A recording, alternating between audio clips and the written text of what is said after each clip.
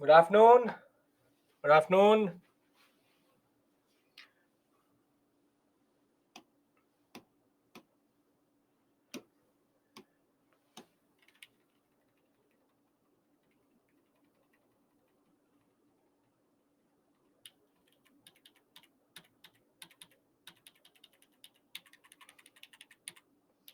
Good afternoon. We'll wait for 2-3 minutes and then we'll start.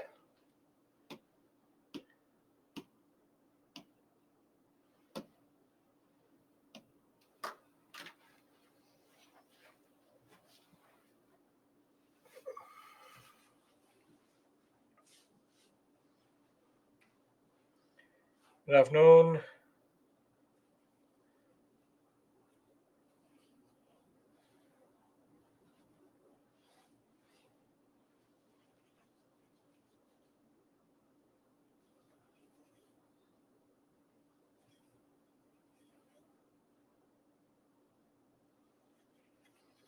Narendra, that can't be the case.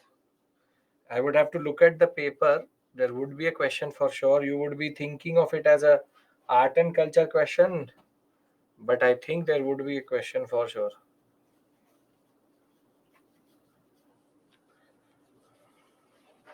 I've not ratified the papers, but let me check only in front of you only. I don't think so. There can't be any question.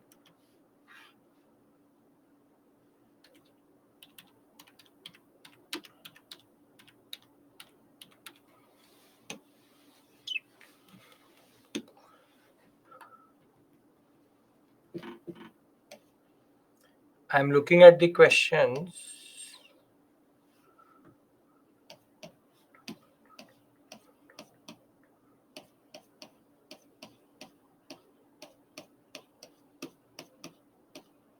There is a question.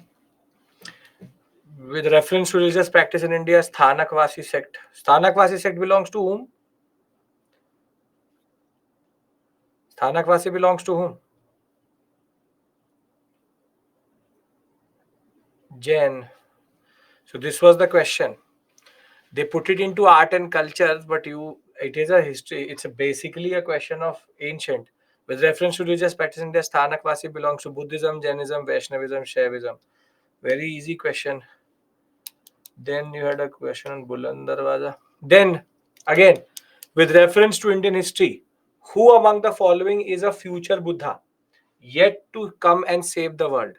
Avlokeshwar, Lokeshwar, Maitreyi, Padampani. What is the answer? I'm just looking at the question paper. It's not in front of you. Again, Maitreyi. Avlokeshwar, Lokeshwar, Padampani is the same person only. So again, easy question.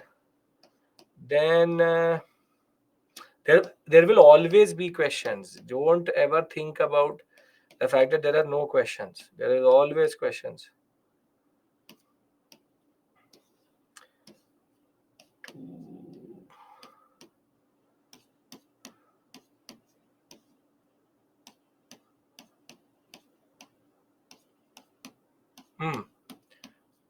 Two questions were there. Two questions were there. It was basically the combination that year was 2 plus 3 plus 6, which is 6 questions art and sorry, 2 questions ancient, 3 questions medieval, 6 included art and culture and modern. We'll do those questions, don't worry. I'll show it to you also, but there will be always a question like that. That is a standard thing. Why did you ask me that question generally? You thought that 2018 there was no question, so no need to do ancient.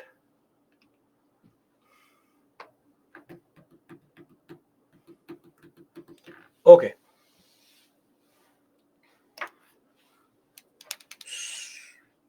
Is class start? Yes, started. Already started. Okay.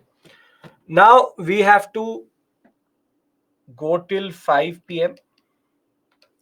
Remember, 5 to 5:30 is your break. And the agenda for the next 3 hours is post-Mauryan dynasties.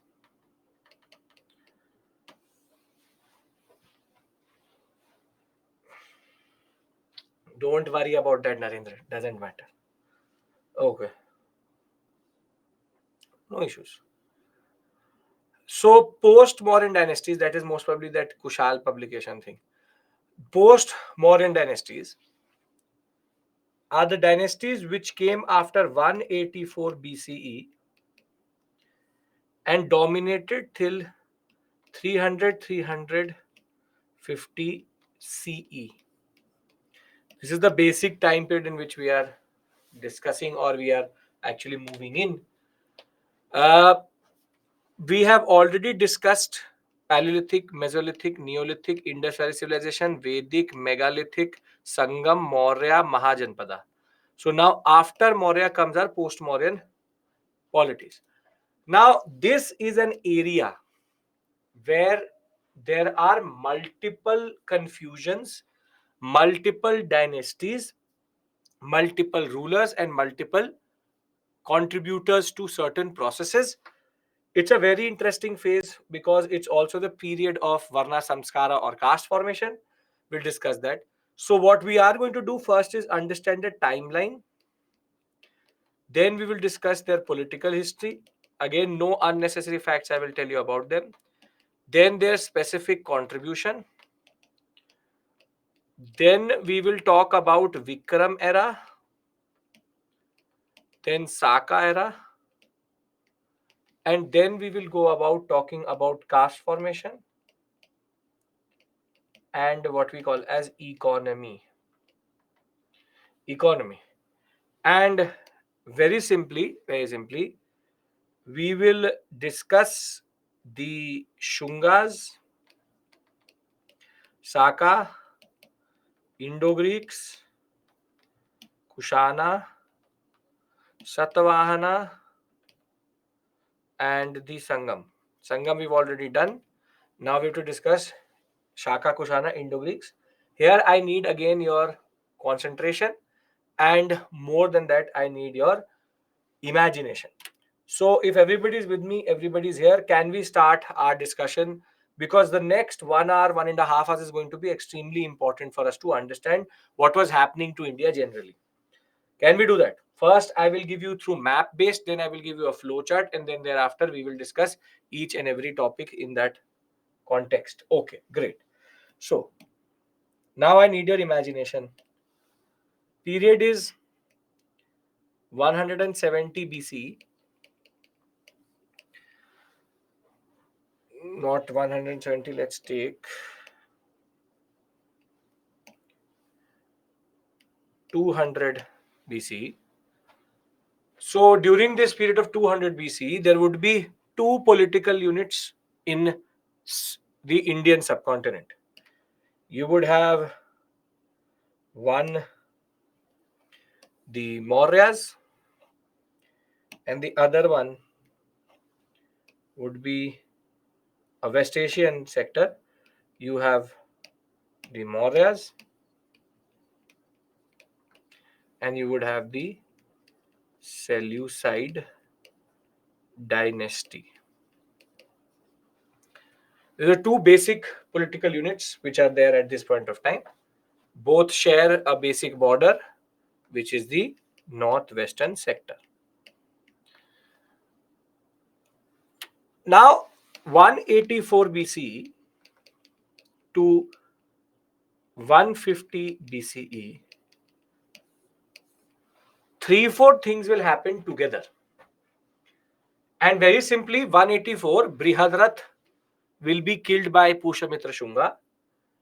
And from the erstwhile, if you want to call,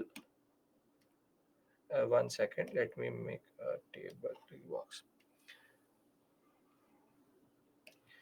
From the erstwhile Mauryan dynasty,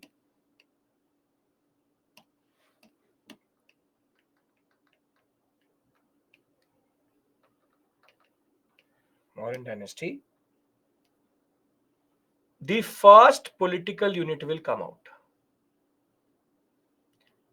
who are called the Shungas. 184 BCE.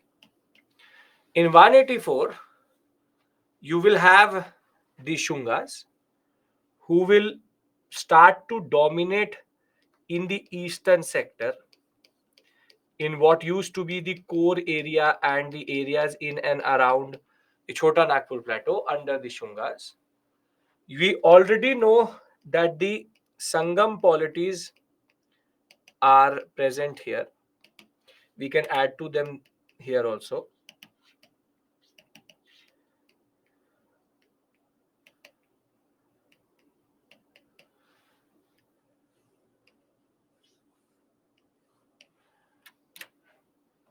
Now the Sangam polities are still there, but the Mauryan dynasty has started to decline. So the first state which comes out are the Shungas. Pushyamitra Shunga very simply captures the power, how Chandragupta Maurya had done with Dhanananda, and now the Shungas dominate the eastern sector till more or less modern day Delhi in that regard.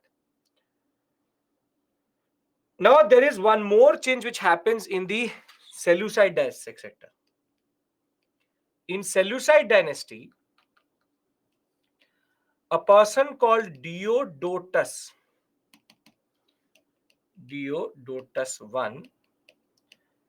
will kill the last ruler of the Seleucid dynasty, and he will establish his new rule from what is called area called Bactria, and they are called Indo-Bactrians or Indo-Greeks. Because Diodotus was a Greek, they're called Indo-Bactrian, Indo-Greeks for a very simple reason, because they used to rule over erstwhile part of the Seleucid Empire, and also it used to enter or very simply cover certain parts of India also.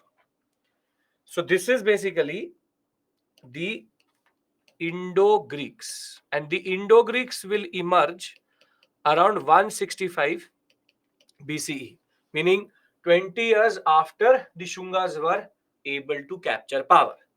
So from the Mauryas came the Shungas, and from the Seleucid dynasty came the Indo-Greeks. First two units of the post-Mauryan period. Now, in the same period, 184 BCE to 150 BCE, there's also another set of changes which are happening across the world. So you have the Shungas, you have the Indo-Greeks. Let's make it a little bit more.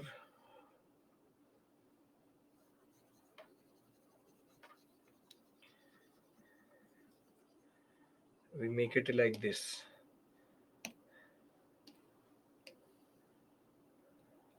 If this is the Indian subcontinent,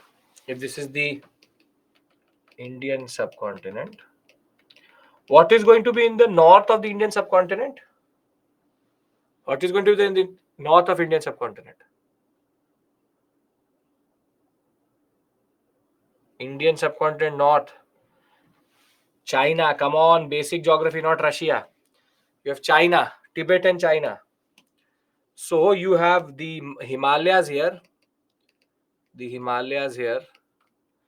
and you have Chinese sector, and then you have Central Asian sector. Now,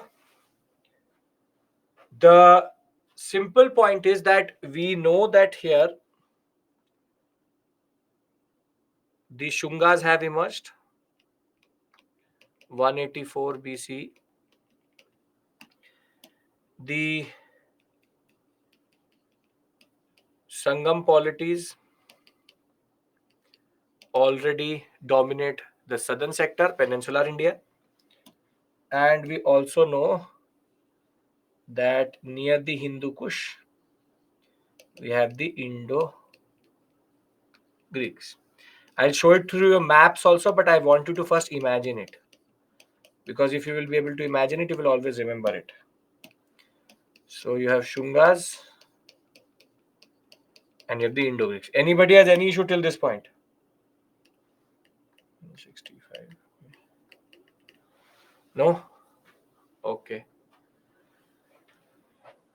Now, what happens is that the Chinese empire starts to expand under a ruler called Huan. And there is one tribe here. And they're called the Yuchi tribe.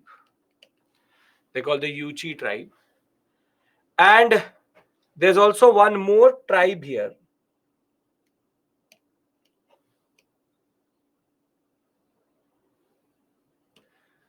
And the name of this tribe, I'll just remove Central Asian sector. I'll write it somewhere else. You have one more tribe here. This is the Central Asian sector. Now, this tribe is called Scythian or Saka. Now, what happens is that the Chinese empire creates a pressure on the Yuchi, which is that this sector starts to expand for the Chinese. So the Yuchis are in a way pushed by the Chinese empire.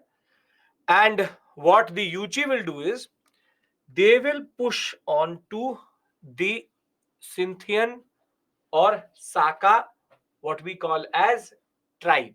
They are basically a Siberian, has a little bit of Russian, Central Asian origin type understanding. They're not Chinese. Neither are Yuchi the Chinese. Both are what are called Central Asian tribes, having their own religion, their own understanding. Now, the Scythian the Scythians, the Sakas, can they go southwards?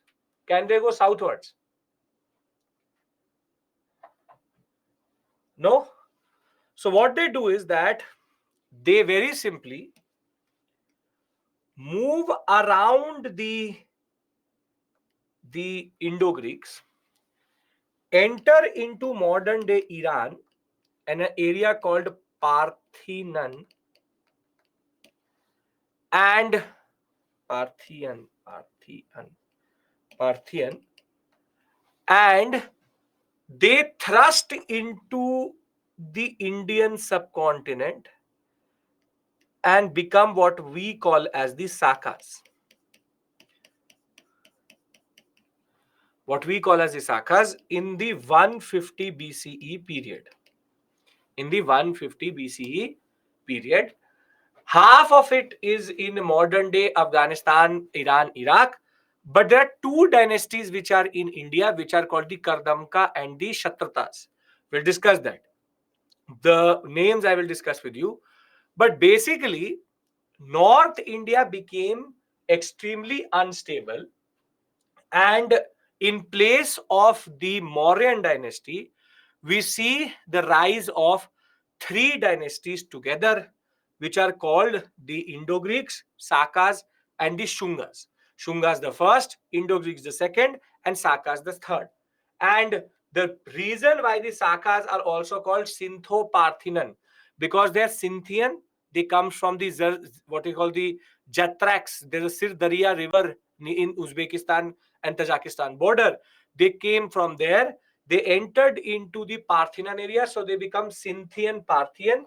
And Scythian Parthian or Sintho-Parthians are in India called the Sakas, and therefore Saka, Indo-Greek, Shungas basically are here as the three basic empires. Now I'll show it to you on a map very simply. So you have the Shungas, which emerge in the standard sector of the Mauryans. This is the easiest out of all of them. This is basically the period of 184 BCE.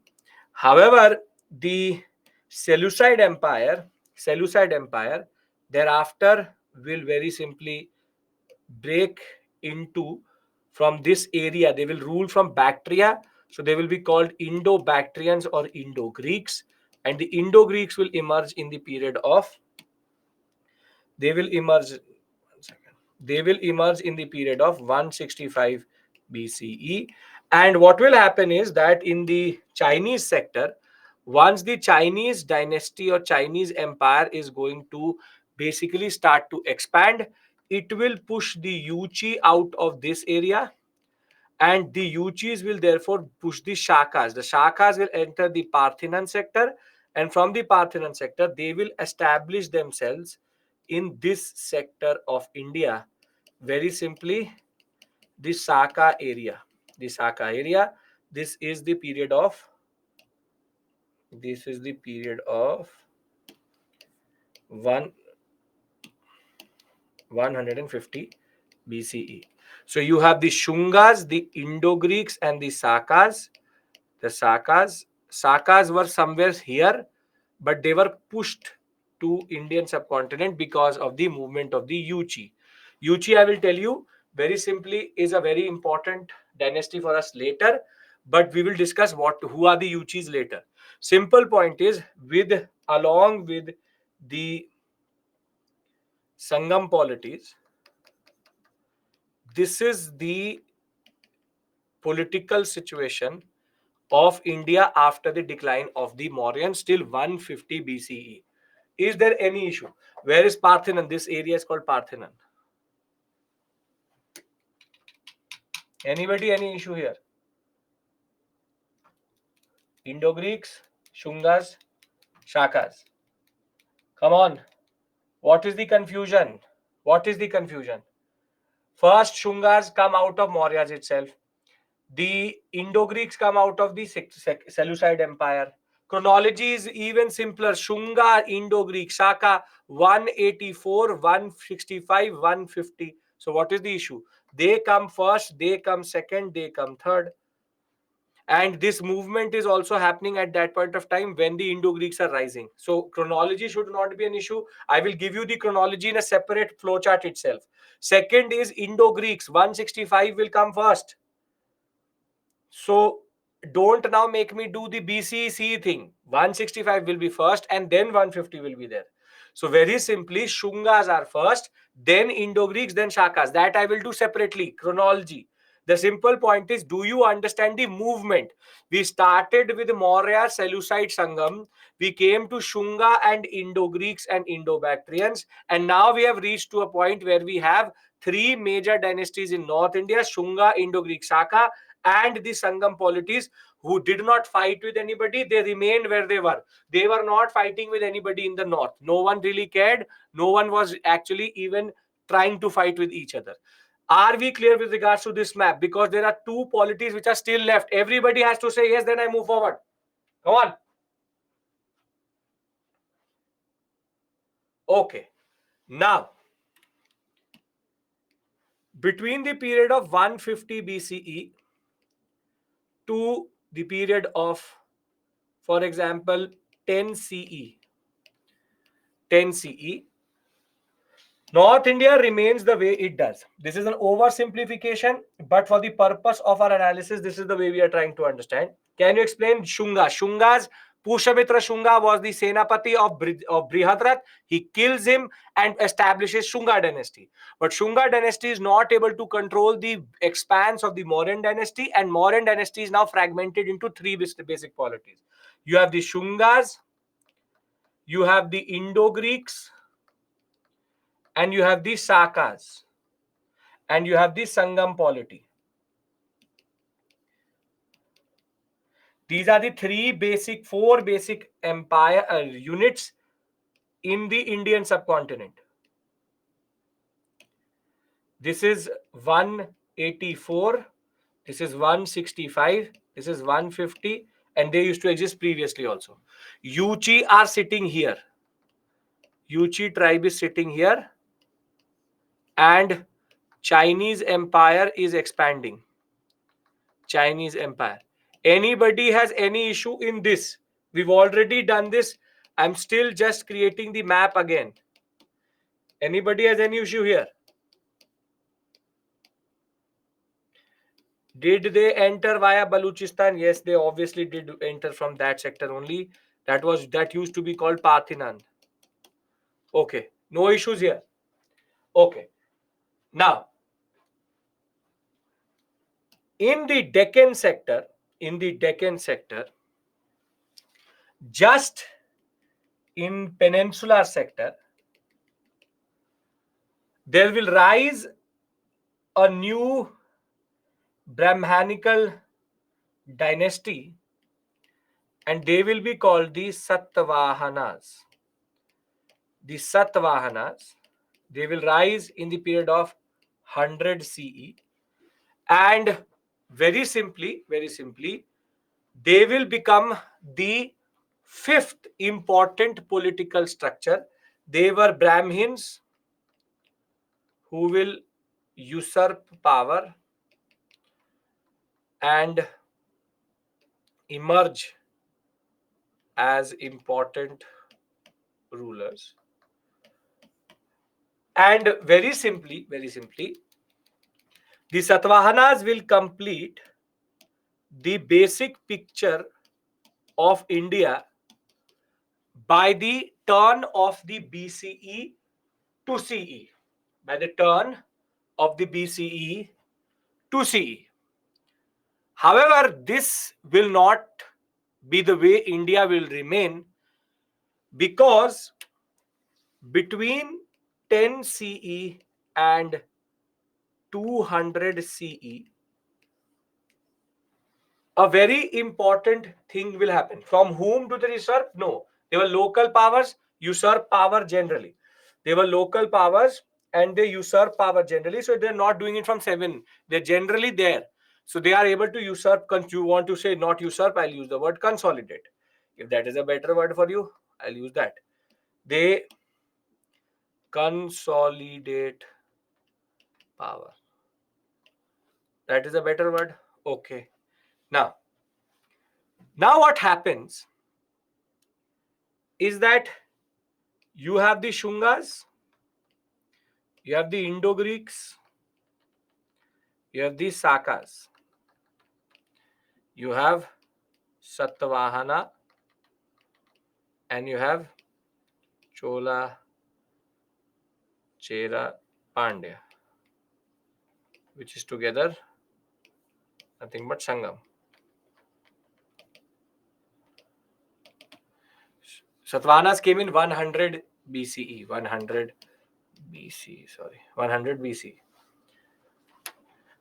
Now what happens is, the Yuchi tribe, which was just minding their own business in Central Asia, where the Shakas used to be,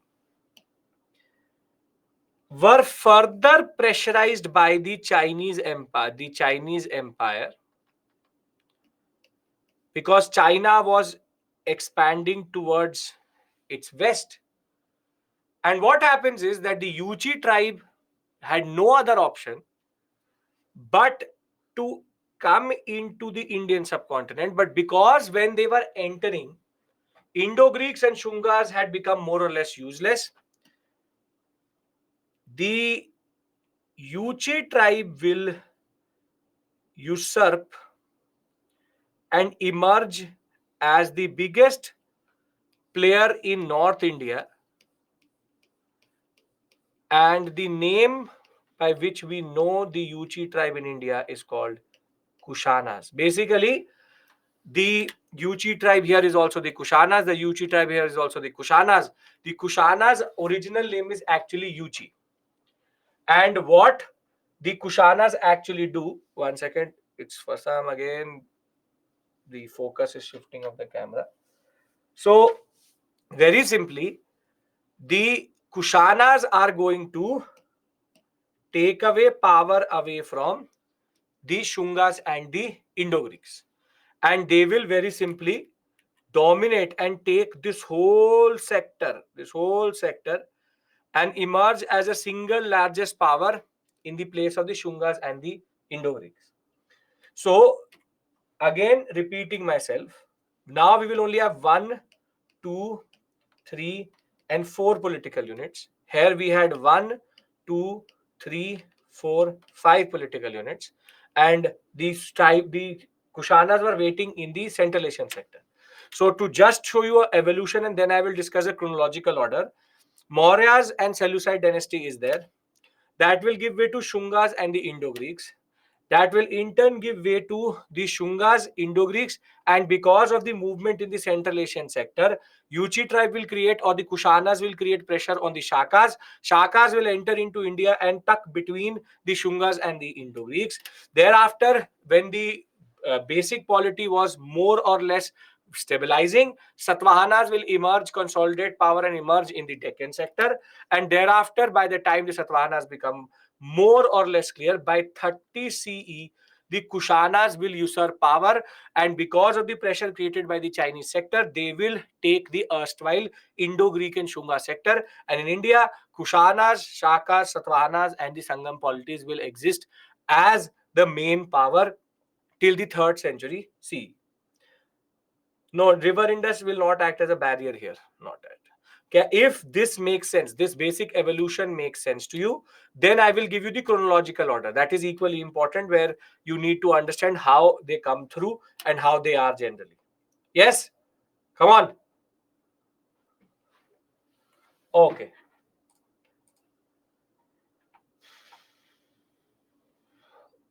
Okay.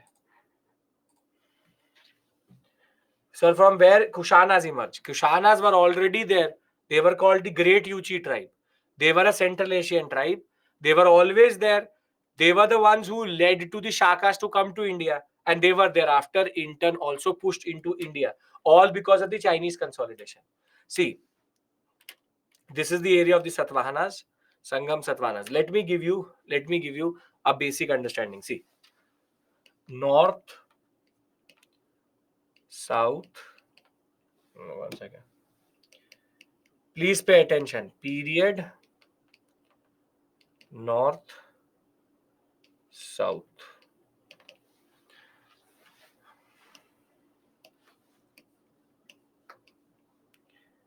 You have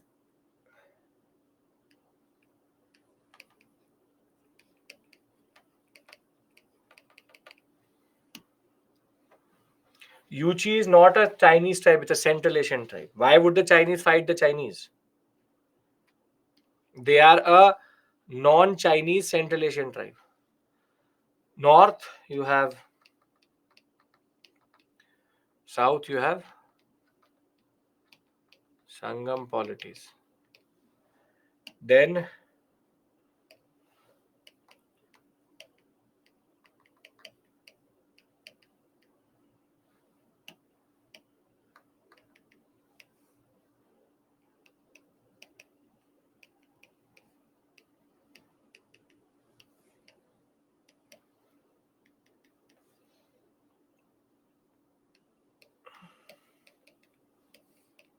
okay.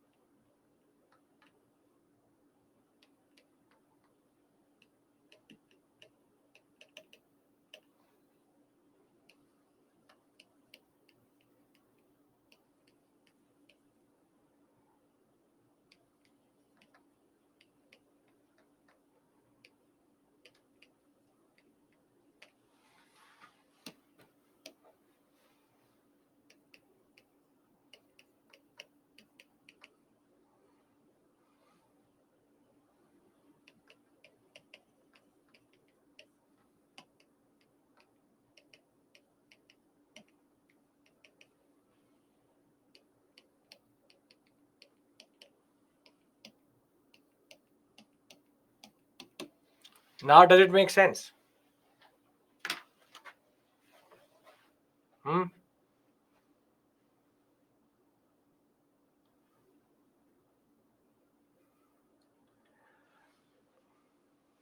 Okay.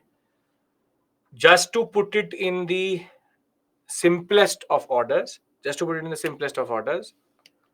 Maurya, Sangam, Shunga, Indo-Greeks, Sakas, Satvahana,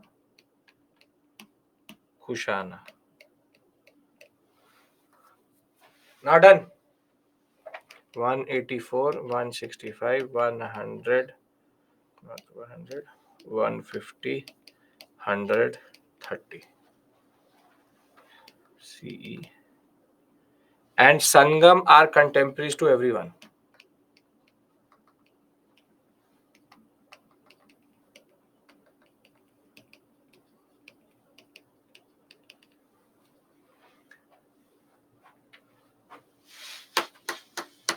Indo-Greeks replaced by Kushanas, yes. Indo-Greeks and Shungas both. The Kushanas will emerge here.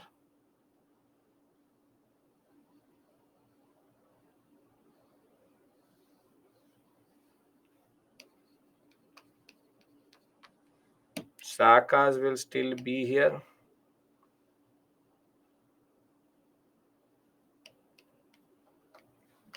Sangam are still here. And before that, you had the Shungas, Indo-Greeks. So, simple point. Maurya, Seleucid, Sangam, the Shungas, Indo-Greeks. Yes, Kushanas will engulf Shungas and the Indo-Greeks both. Indo-Greeks and the Shungas both will be gone. So you have Yuchi movement to reach into Sakas, and these were the 5 dynasties, and thereafter the Shungas and the Indo-Greeks will be served by the Kushanas. It's not that hard, but because multiple movements, that is why it is a little bit confusing. Yuchi are Kushanas, yes. Yuchi is nothing but Kushanas. Their name in India's was Kushanas, but they are originally called Yuchi. Parthian is an area. Parthian is an area, not a dynasty. So, very simply, Parthian is this area. You will see this area is called Parthian. Parthian is modern day Iran. So you have it here also. Shunga, Indo-Greek, Saka, Kusana. Oh, ignore this. I am trying to keep it simple. That is why I am basically giving you starting dates rather than end dates. And this is Sangam and Satvahanas. Are we clear with regards to this? Anybody has any issue, want to call, want to ask me, right now ask me. Because if you will not understand this, then what will happen is you will ask me who Kusana, who Indo-Greek, what Yuchi. I've basically given you a very important gist of something you will not find in the book. So please tell me, is this making sense? Is it clear? Here questions are made mostly because it's a confusing sector, confusing area generally.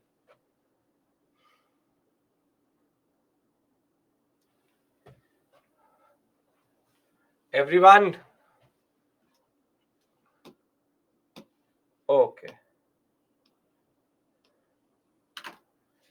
There is no original language of Yuchi tribe. They would have their own dialect. I don't really care what is the original language, but not documented in that regard. Okay. No issue. No issue. No issue. No issue. No issue. Okay. So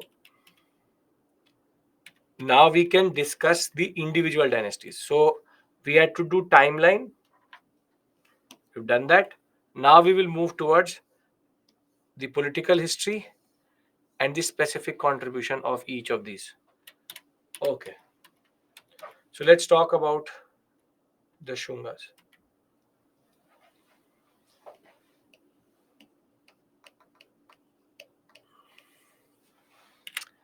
Shungas, you have the following rulers. Pushamitra Shunga, who's the founder, his son Agnimitra, and Devabhuti is the last ruler. These are the three you need to remember. Agnimitra is important because Kalidas actually refers to Agnimitra in one of his most celebrated of dramas, Malvika Agnimitra, and therefore you need to know generally his name. So there are three names you need to remember here: Pushamitra, Agnimitra, and Devabhuti. But why is Pushamitra Shunga so important? See, Pushamitra Shunga, as I said, Pushamitra Shunga was actually the Senapati, commander in chief of Brihad Ratha, and he will kill the ruler because of his frustration with his policies and weak leadership. And generally, he was more or less more, in a way, angry with the fact that how Buddhism had been pushed quite a lot because he's a Brahmin. And this is the irony that a Brahmin had become a Senapati, which is a Kshatriya's position. Now, once he will very simply be able to usurp power away, he will not be able to hold on to the area of Mauryas, only the eastern sector, and very simply because of this eastern sector dominated by him, the simple point of the matter is that allowed for the Indo-Greeks to enter into India. He is known for two very important things. First is revival of Sanskrit language, which had basically been struggling against Pali Prakrit because of the rulers pushing it, specifically the Buddhist rulers and Ashoka. And he is also the one who very simply gave patronage to a very important person called Patanjali. Not Brahmdev Baba Patanjali, but this is the literature expert or literary expert called Patanjali, who wrote the Mahabhashya. And Mahabhashya is very important because it's a Sanskrit text which has a commentary on Panini's Ashtadhyayi. Panini's Ashtadhyayi and Mahabhashya by Patanjali are considered one of the most important texts of Sanskrit literature and grammar in that sense. So, first process is that he was, according to the Harsh Charitra, Pushamitra, commander-in-chief of the Mauryan army, killed Brihadrat. Thereafter, a military coup in turn led to the Mauryan Empire getting destroyed. But the dates are 184, 187, different dates are used, but we believe that it is 184. Pushamitra was not able to extend his empire in the whole area. And an important concept which emerged under him was also the concept of caste, which I will discuss with you once I'm done with the basic political history of these dynasties, specifically the Shungas. So, Shungas, three basic things you need to remember: revivalism of Sanskrit language, Patanjali, and the way he captured power. Can you remember these basic points? Nothing more, nothing less, because then I will go into the Indo-Greeks. Three things: Pushamitra Shugna, Agnimitra, Devabhuti, and Patanjali, and revivalism of Sanskrit. I will discuss what is caste formation once I'm done with the basic political history of the Indo-Greeks and the Sakas. Thereafter, it will make more sense. Can I do this? Can we move on? Please don't sit there with a confused face, because there are multiple dynasties. It will start to become heavy after a point. So I want everybody's concession and concentration here. Come on. Okay. Now come the Indo-Greeks. also called Indo-Bactrians, because they ruled from an area called Bactria. Please simplify. Simplification. You can remember how he came to power. One. Second, how he expanded only or was only in the eastern sector. Third, revivalism of Sanskrit language. Vivek, now tell me what I need to simplify in this. 3 points I've made. What do I need to simplify in this?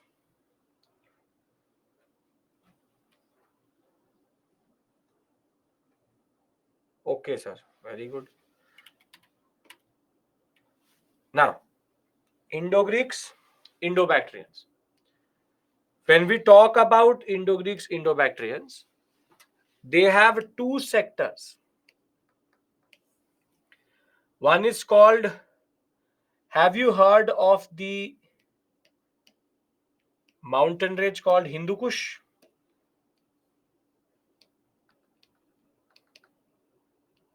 It is part of which geographical formation? Does anybody know it? It's called knot. What is the knot? Very good. Yes. Part of the Pamir knot. Very good. Wherein the Himalayas and the hill ranges of Afghanistan all come together, and it is called the Pamir knot. Now, north of it and south of it, they have two sectors. One is the North Indo-Bactrian sector and the South Indo-Bactrian sector. Basically, this is the Indian sector and this is the Afghanistan sector.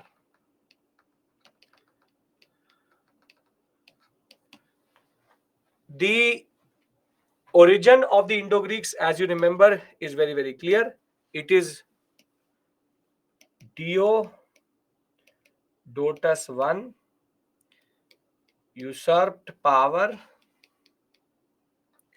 from the Seleucid dynasty. Now, out of the Indo-Greek rulers, the most known, the most celebrated, and the most relevant to us, which also came in the examination this time, 2023, was, his name is Menander. Ruler is Menander, but he had a conversation with a Buddhist monk called Nagasena, and he documented that in a text called Milindapana, and Menander's Buddhist name was Milinda. Very simply, it is believed that Menander converted to, not converted rather, was influenced by Buddhism. Buddhism was extremely tolerant that ways, allowed for the newer, what we call as foreign dynasties, to get assimilated into India. And Menander is a very good example of that.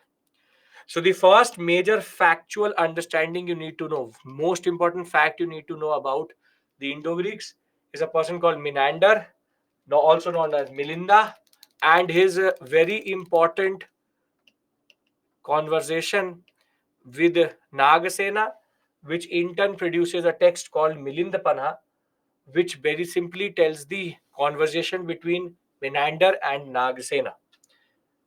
The second major contribution of the Indo-Greeks was that they introduced in the Indian subcontinent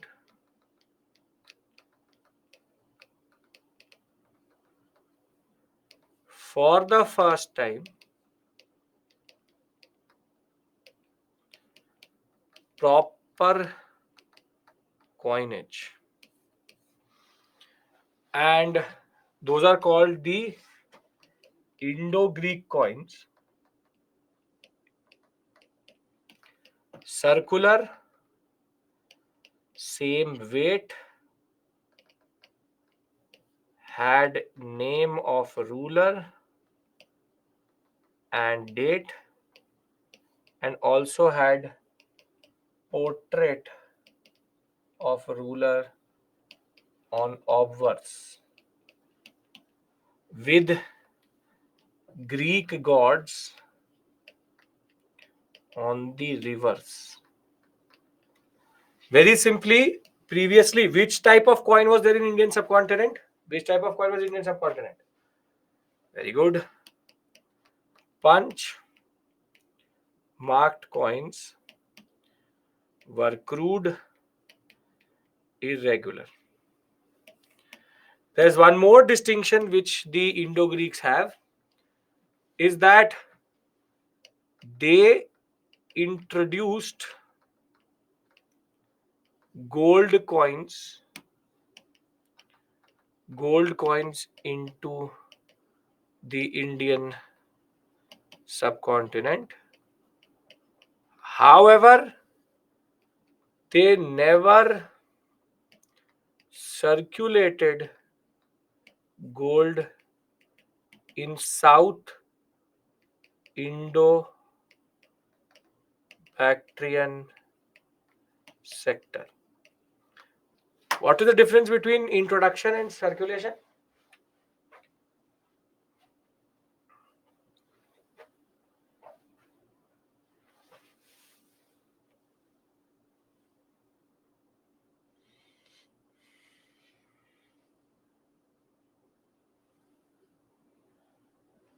Circulation, more billions are traded, like a 2000 rupee note. Circular means whole area, distribution at mass level, circulated. Introduce first, don't use it for trade. Introduce means just bring a thing, a trade in bullion. Circulation becomes valid. Gold coins were not for transaction. Nice. See, there's a difference between these two words. Introduce means that you have the technology. Have the technology or thing. Circulation means mass usage or in everyone's hand. So, very simply, the Indo-Greeks mostly kept the gold in the northern sector. But when it came to the Indian sector, they did not actually spread it. So they introduced it, but they did not circulate it. It was in circulation also in north of Hindu Kush, but south of Hindu Kush it was not there. This is a very important distinction which we need to know. So Bactria is the old name of an area lying to the south of the Oxus River, and in the 3rd century BCE, Diodotus I revolted against the Seleucids and developed an independent kingdom. The Bactrians extended their control over areas south of Hindu Kush also, and by the what we call as 150 BCE period, or rather 165 to 150 BCE period, they were controlling most parts of North India and parts of the north of Hindu Kush. One of the most important Indo-Greek rulers is a person called Menander. I just need to add Menander. Menander, who is identified as Milinda in the Nagasena text of Milindapana. He used to control Bactria and northwestern India also. His wife, Agatha Kothia, ruled after his death in the name of his son Strato. So 1, 2, 3. A rare queen ruling in the way of ruling in the name of her son as a regent. They replaced the punch marked coins with double die struck coins. Double die struck coin. First point again. What first point? Menander is the one who is identified as Milinda, who has been seen in conversation with Nagsena as documented in Milindapana. This is the text, Buddhist text. Menander is the most important ruler generally because he was influenced by Buddhism and is the most well documented ruler also. His wife ruled in the name of his son Strato till he became a major, or what we call it as an adult. They replaced punch marked coins with double die struck coins. Punch marked coins mostly have only one basic symbol on the front. Double die struck means that there is two dies and both dies have a certain symbolism on them. And you pour in the metal and then push it together to get a coin which is double die struck. The coins of the Indo-Greeks are the most important contribution of them to the Indian subcontinent, because what they had was a very important distinction. The portrait of the king on the obverse, which is the front, and on the reverse, they used to have Greek gods. This is Menander and the Pallas. The Pallas is a god of the Greeks. This is very, very important because along with the inscription which was given on these different coins, it allows us to basically get to know about political history, about economic history, about the way or about how did the rulers look like, and further their dating. So the coinage which the Indo-Bactrians used was made out of gold, silver, copper, and nickel. However, as I said, in the north of the Hindu Kush, it was the Greek standard, Greek weightage, and Greek gods Zeus, Apollo, Athena. And in the south of the Hindu Kush, they only circulated silver and copper, and mostly square in shape. Remember, if it is square and it is silver, it is mostly a coin of the Indian subcontinent. Bilingual scripts, Greek and Khoroshti, but very rarely Brahmi, because they are using their own language and script, which is Khoroshti and Greek. This is the Khoroshti script. We know this is Greek script, from which we got all the COVID-19, alpha, beta, omicron, delta, we get out of this only. And this is Brahmi. So Brahmi was actually never used. It was Greek and the Khoroshti script which was actually used. They mostly followed Greek religion, Greek gods, but they were influenced by Buddhism also. Yes, Hardik. They were influenced by Buddhism also. Some of them did convert to Buddhism also. Now, before I go to Vikram era, Saka era, eras and all, are we clear with regards to two things? Shunga Sanskrit revival, Indo-Greeks, coinage, gold, and what we call as Greek influence. Are these 4 points clear? Are these 4 points clear?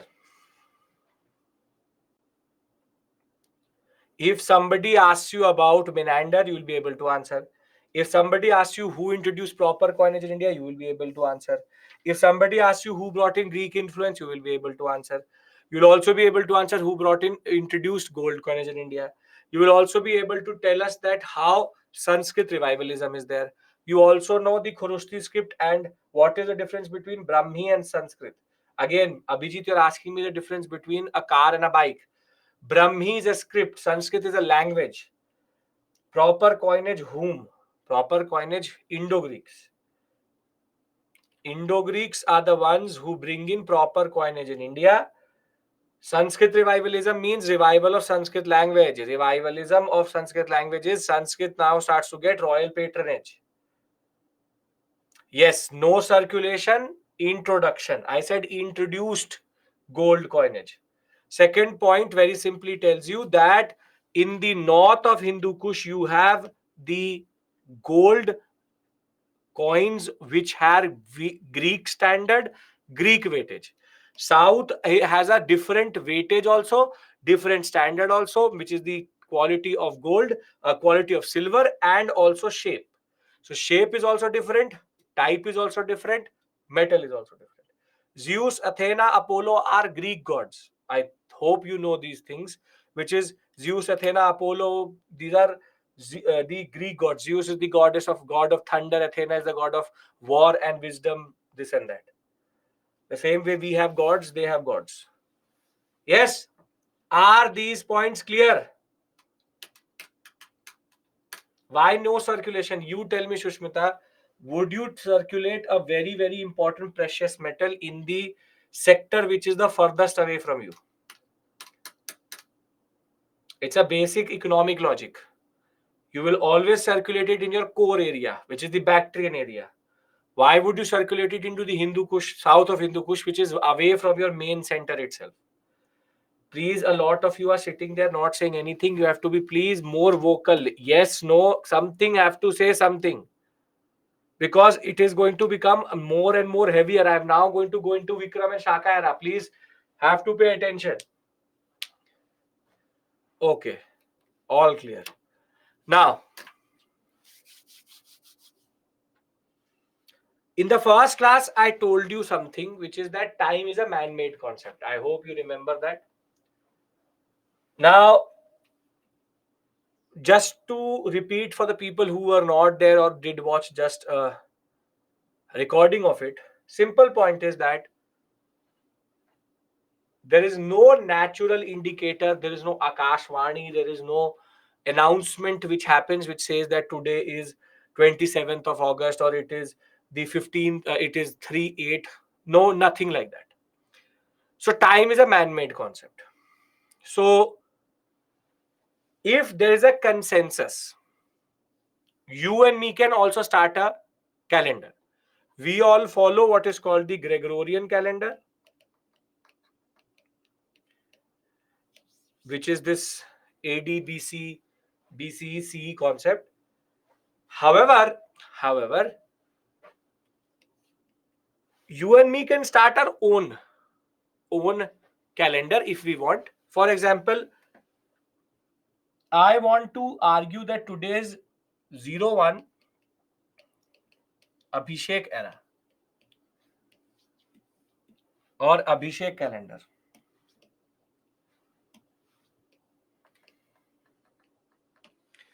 That this year is 01 Abhishek calendar. So in order to come to the fact that this is 01 Abhishek calendar, I have a reference point that 2023 is 01 of Abhishek calendar. If all of us start to use this concept of Abhishek calendar, we can have an alternative calendar also. Now what happened was that historians found in Barnala, an area which is in Rajasthan, an inscription. They found an inscription. And the problem with that inscription was that it referred to a new type of era, which is called Vikram era. Very simply, an alternative calendar. But now the challenge was that how do we get to know what is the exact date in Gregorian? Because in that text, it said 284 and 335 Vikram Samvat. What is Barnala? Barnala is a place. Now the point was we were able to come to the way or the date by actually referencing to other texts and also doing an archaeological analysis of the inscription itself. And it turns out that the Vikram era or Vikram Samvat is a calendar which was started by a ruler of Ujjain called Vikram Aditya. We know nothing more of him.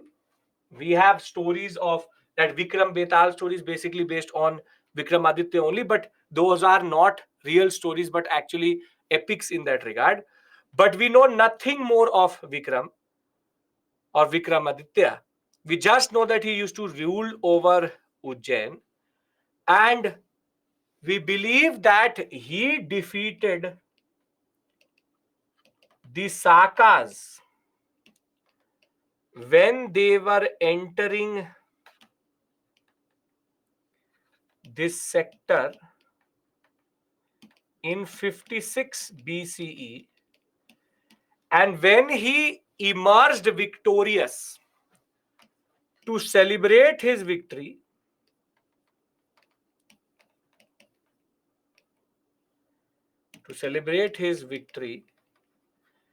he started a new calendar.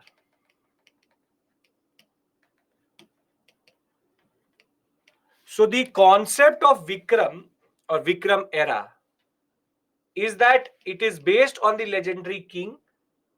Sambat means year.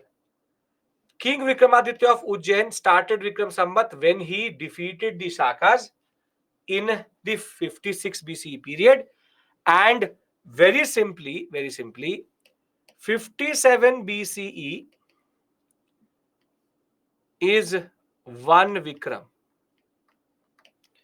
So now tell me one thing. If I have to convert 2057 into CE into Vikram, what should I do?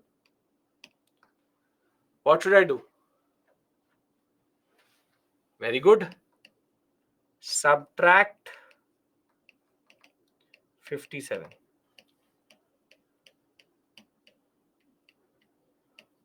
Why am I subtracting?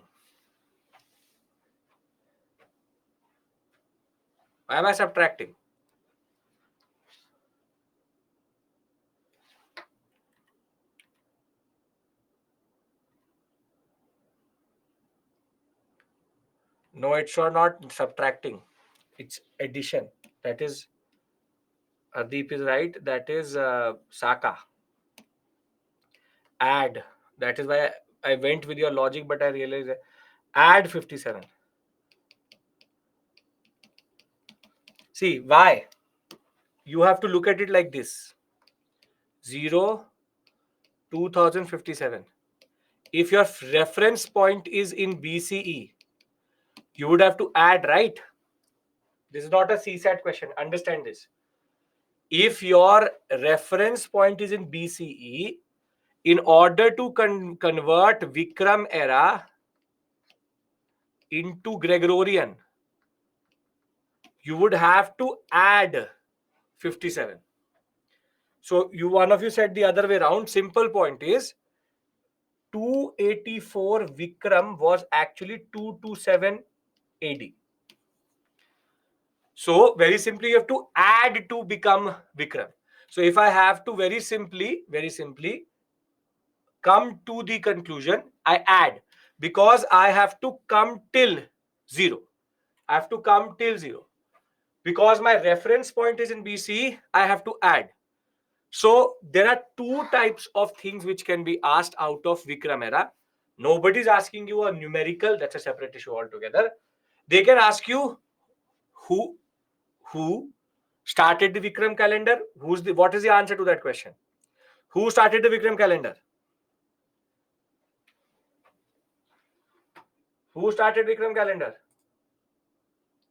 Vikramaditya of Ujjain.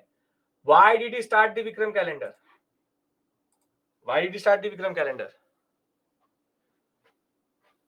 To mark his victory over the Sakas, or he defeated Sakas. Very good. Now, ironically, ironically, in our history, there is one more calendar which we use.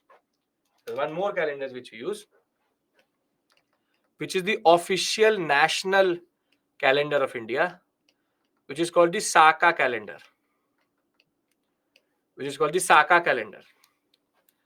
And the irony is, when Vikram defeated Shakas, he started Vikram era. When the Shaka king Chastana won over the Ujjain and Deccan sector, he celebrated it in 78 CE by starting new calendar, which is Saka calendar. And the Saka calendar we know quite a lot about also. We have the seasons, we have the months, everything. The irony is that if you will go with R.S. Sharma, which is a very old book and the old research, they will argue that Kanishka started Saka calendar. However, the problem is Kanishka is not a Saka ruler but a Kushana ruler. And now there is enough evidence to tell us that, very simply, Saka era was not started by Kanishka but was started by Chastana. The beginning of Shaka era is widely equated with the accession of Chastana in 78 C. Inscriptions dated to 11 and 52 have been found in the Kutch region, and the Saka era 11 and the 52 was, very simply, we had to add 78 to get to the CE concept itself. But the point was, there was wide view previously wherein Kanishka I was seen as the one who started this calendar, but latest research by Henry Falk tells us, as it was started by Chastana, and Kanishka is a Kushana ruler and not a what we call a Saka ruler.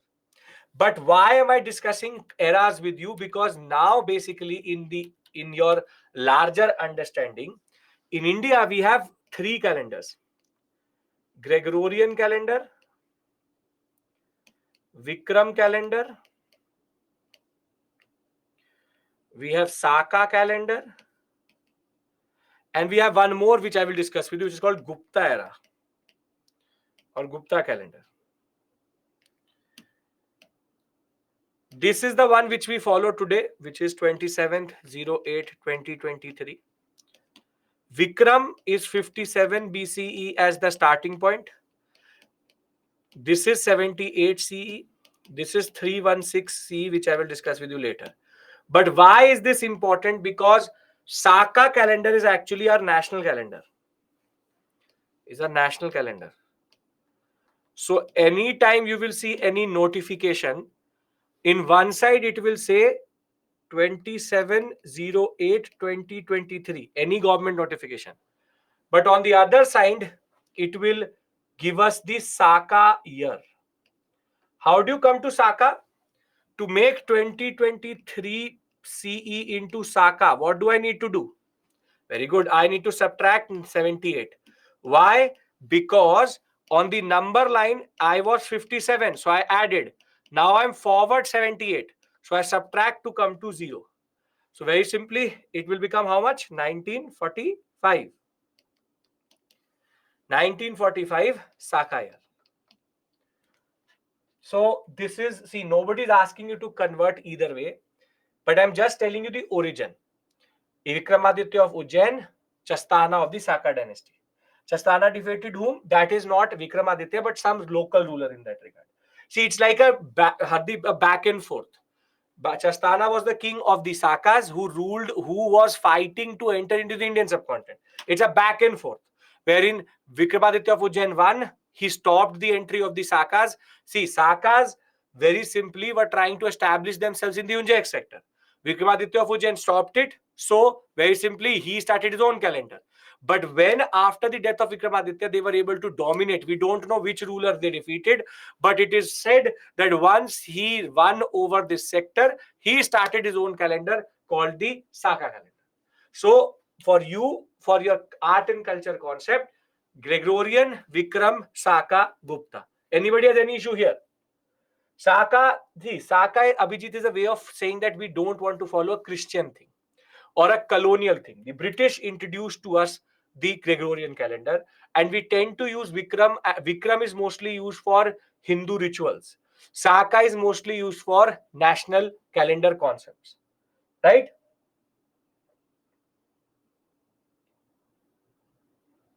So, very simply, add for Vikram, subtract for the concept of what we call as Saka.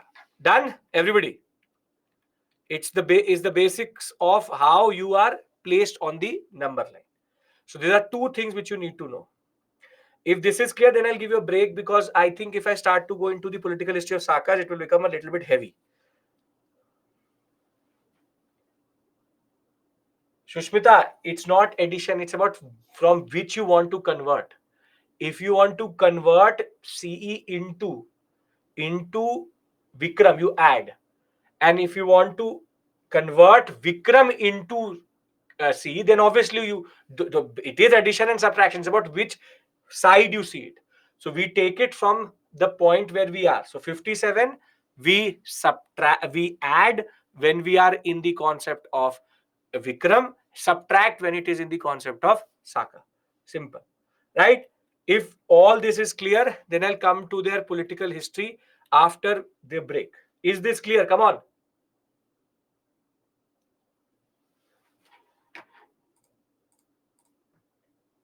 Yes, no, I have to say something which will become heavier and heavier as we go on. Come on.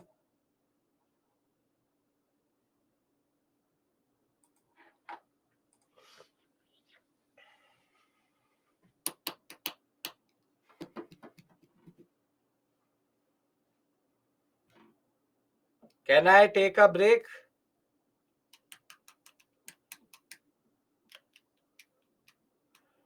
What all means question can be asked from this concept? Vivek, you tell me one thing. Does ancient medieval come in mains examination?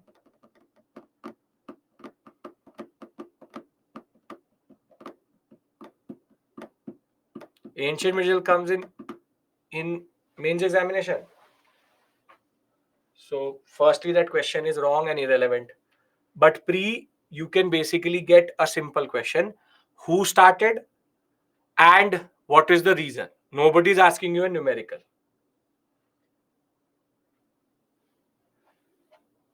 Vikramaditya dynasty. Anu, there's nothing called Vikramaditya dynasty. We just know that there was one ruler called Vikramaditya of Ujjain. We have no other historical details about him, unfortunately. There's no dynasty. He does not belong to any dynasty. He's a standalone ruler we have no idea of.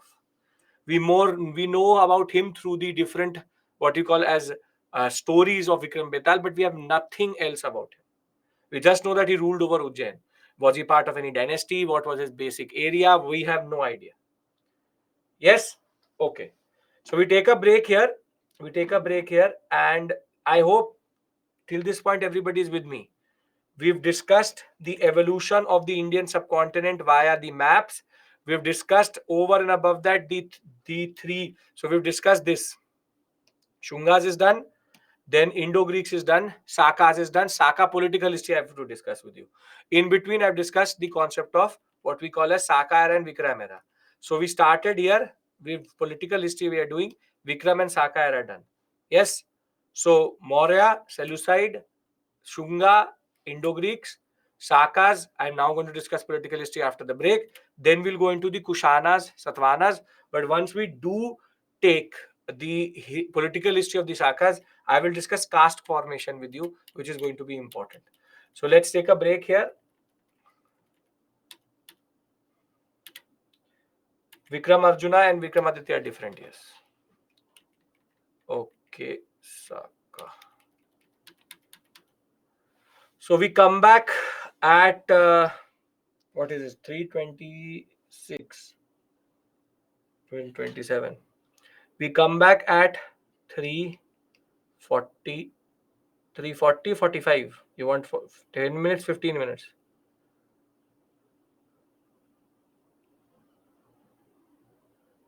Fully divided over what? 3:45. I see you at 3:45. Digest all of this. Next break at exact 5. Political history. Interesting things.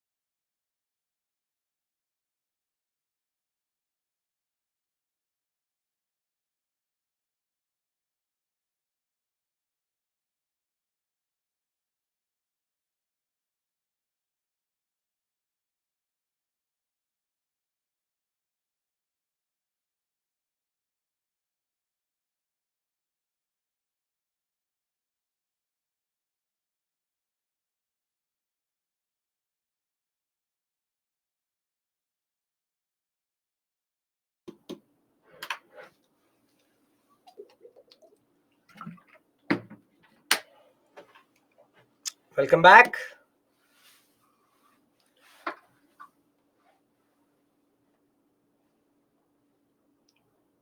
People have not joined back. We'll wait for 1 minute.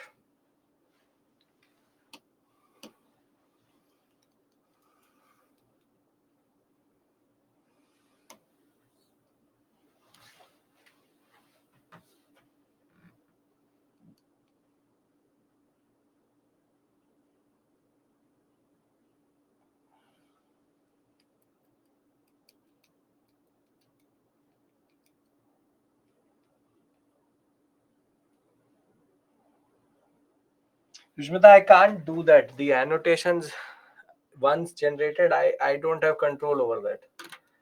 So when part B will close, it will generate its own. So even if I open it, I can't change it. If it doesn't make sense, you tell me. I'll tell you over email. That's not an issue. Anybody has any question? Anybody wants to call? Live call feature has been enabled. Any doubt till this point? Generally, I have some students still missing. I'll wait for 1 more minute for them. If not, I'll start.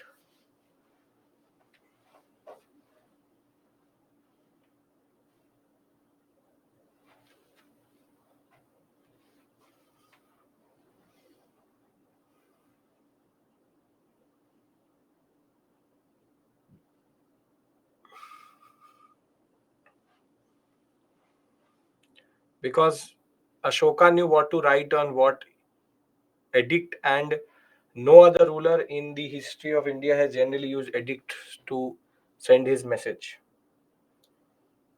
That is called public relations.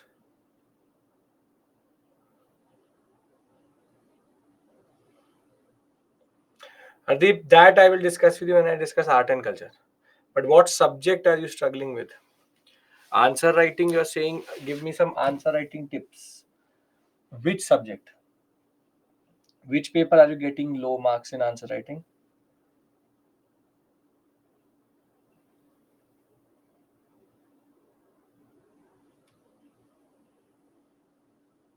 Shiva, you just email me.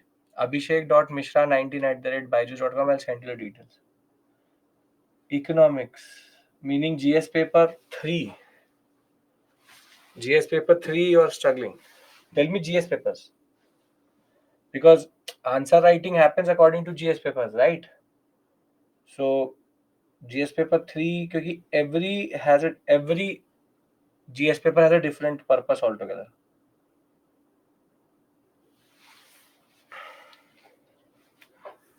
I'm scared to write any answers. The point is, I'll be very blunt here, that topic wise topics, meaning,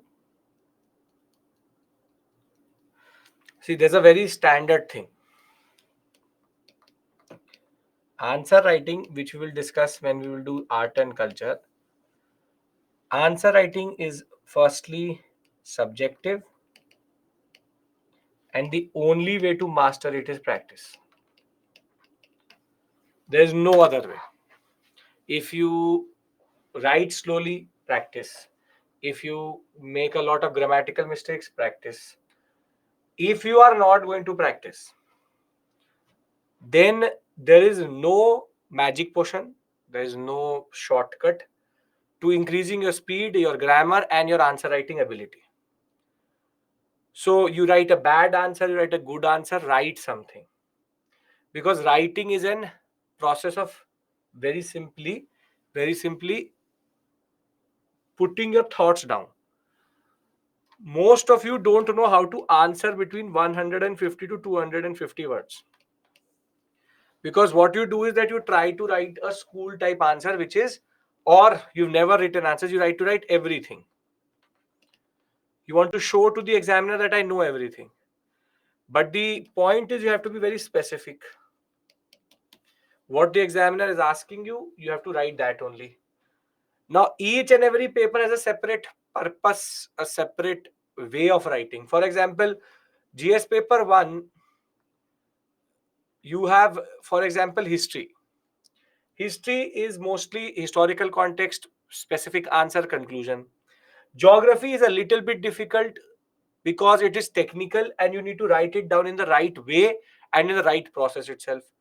Polity will be dynamic questions, so you need to know current affairs, and equally you have to add current affairs. Economics is again current affairs plus static portion. So again, you need an application of knowledge more than anything. Ethics is a totally different cup of tea altogether. Science and technology, factual questions have to be more specific with regards to the process itself. So each and every subject has a separate demand. But the point is, anything will be done through practice only.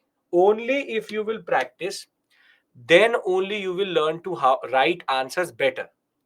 There can be multiple videos which you can watch. You can watch as many videos, as many experts, as many this, that, whatever. They will give you the different rules, regulations, this, that. Learn introduction, learn the this, that. Practice. They tend to argue that you learn introductions or you make introductions for each and every topic. That is not physically possible. That is not sustainable. You have to somehow know how to construct an answer, how to structure an answer. And first you will write slowly, then you will write in more words, but only when you have written your maybe 50th 60th answer, that you will start to understand, okay, I have to write at this speed and with these words. So if you are expecting something as a solution, the solution is practice. That's it. So you should not be scared of answer writing. You should just know how to write it, and that will only come to you when you will practice as many questions as possible. Right? Makes sense? Maybe first 50 60 words will be answer. First 60 questions will be disaster, but the 61st will be better, the 62nd will be better. You tell me one thing: when you start to learn to walk, do you start to run first, or when you are a driver you automatically go into the busiest street possible and then start to know? You learn slowly. There's a learning curve here. That is the basic point. Maybe in the end, Chana, right now I am not teaching that topic and I need to bring that book. So maybe in the end. So for anybody, we will be talking about answer writing for art and culture, but art and culture answer writing is actually just ancient medieval knowledge plus the specificities of the question plus a conclusion. That's it. The way you learn it is through practice. Can we come back to our discussion? Yes.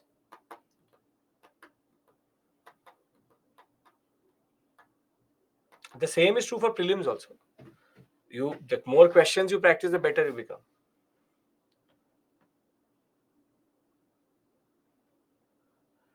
See, if you are getting in out of 10 5 and out of 15 7, or 4 to 5 and 6 to 7, 50% of marks is good enough if you are basically assessing yourself. UPSC will never give you more than 50% marks. Okay. So we have to discuss the political history of the Sakas. We have till this point discussed, in order to just refresh our memory, we've discussed the what we call as evolution of the Indian subcontinent since the Mauryan period, Maurya, Shunga, and Indo-Greeks. Thereafter, Sakas. We discuss the political history of the Sakas itself. Then we'll discuss the history of the Kushanas and the Satavahanas. And we have to discuss Satavahanas for a very different, specific context of what is called land grants. Further, we have discussed who started Vikram era, who started Saka era, and we have put all of them in chronological order in order to understand any type of question which can be answered through this itself. So, Nikita, you email me, I'll get it sorted, don't worry. So, when we talk about the Indo-Greeks proper coinage and circulation of, or rather introduction of gold coins, not circulation, and Menander, there we had Pushyamitra Shunga, Agnimitra, and Devabhuti. Now, Shakas, as I said, were ethnically what we call as Sinthinans, and used to live in the plains of the Jakstrak River, which is still today there in the uh, whole area of the Uzbekistan, Turkmenistan sector. In the 3rd century BC, when the Chinese empire started to get consolidated under Huan. That led to multiple tribal movements, and that in turn led to, very simply, the concept of, very simply, the Yuchi tribe being pushed. Yuchi then will push the, what we call as the Sakas into India. And through a series of movements, the Sakas will enter into the Parthenon sectors, become Sindho-Parthenon, and then enter into the Indian subcontinent. The founder, as I told you, is Chastana. Chastana, see, there are 5 different dynasties together called the Sakas. But we are only worried about, or are we only going to concentrate on 2, which are in India. One is called the Kardamka dynasty, or the Vaishyan Satrapas. Ujjain was their capital, Chastana was the ruler. The ruler Chastana is important, and the second ruler, whose name you need to remember, is Rudradaman. Rudradaman is very important because he was the one who added to a very important inscription which is already there. I told you that Chandragupta Maurya made a very important lake which is called the Sudarshan Lake, and Rudradaman I added to the the Junagadh inscription, as it is called, because he reconstructed the Sudarshan Lake when it got destroyed by flood and a storm. So very simply, the Sudarshan Lake, the Junagadh inscription, somehow has entries of each of these rulers, from the building of this in under Chandragupta Maurya to Rudradaman. Actually, Ashoka also reconstructed it. Thereafter, Rudradaman also made it. So very simply, we have Chandragupta Maurya, then repair under Ashoka, then Rudradaman, and even a Gupta ruler who's called Chandragupta II Vikramaditya. He also sent his minister to go and reconstruct this lake. So Sudarshan Lake somehow connects the Mauryas, the Indo-Greeks, the Mauryas, the Shakas, and the Guptas, because there's reference to each one of them on that inscription. So the Junagadh, or what is called the Girnar inscription, is very important for that reason. And generally, these 2 rulers are the most celebrated of the Kshatratas, which is Chastana, Western Kshatratas, Ujjain. Ptolemy, who's a Greek scholar, refers to him as Tethys or Tethnes. The point is, he founded it, and he very simply, was the one who started the Saka era. There's one more dynasty which was started by Nahapana, which we will discuss, which is a separate family altogether. Chastana was succeeded by his grandson, or was basically simply, he was the grandson of Chastana. Rudradaman, known for his Sudarshan Lake reconstruction. Also, he married a Hindu woman, and we believe that he became a Vedic Brahmanistic practice, basically a Hindu. And he had a basic point of making sure that he goes into matrimonial alliances. He went into a matrimonial alliance with the Satavahanas. When I will discuss the Satavahanas with you, I will bring this reference back, which is the fact that Vishishtiputta Satkarni was his son-in-law, which is that his daughter married a Satvahana ruler, which we'll discuss when we will reach the Satvahana concept itself. The second dynasty which was there, which was based in Mysore, is called the Saka kingdom of the Deccan area, or the Kshatrata dynasty. This was started by Bhumka. That one was started by Chastana. This is Bhumka, or Bhadramukhas, or they're also called. He is again known in Greek texts as Mambras, and he will be defeated by one of the most celebrated Satvahana rulers, Gautamiputra Satkarni, as we know through the Nasik inscription. Again, when I will discuss Satvahanas, I will refer to the Nahapana and the Saka connection, because Sakas were sandwiched between the Kushanas and the Satvahanas. Now, what to remember out of the discussion I've had in the past 5 to 10 minutes with you? The point is, Sakas, Chastana, Rudradaman, and Bhumka, Nahapana. Can you remember these 4 rulers? Nothing more, nothing less. No unnecessary information, as it is. I don't add anything which is not needed for the examination. Yes, Rudradaman means Rudradaman. What is the name? Why are you called Vivek? That was Rudradaman means Rudradaman. Okay.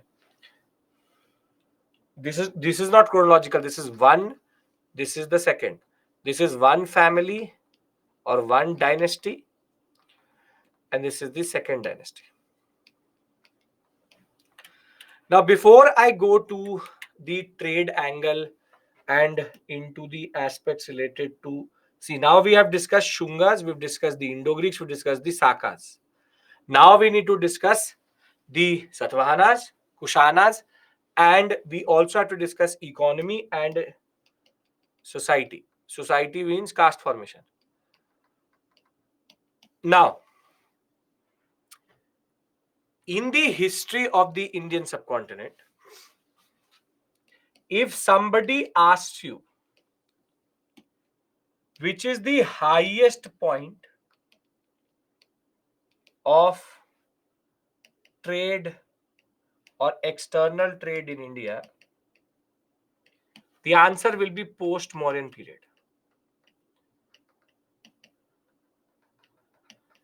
In the post-Mauryan period, we see the rise of trade at a scale which we had not even seen previously or hereafter.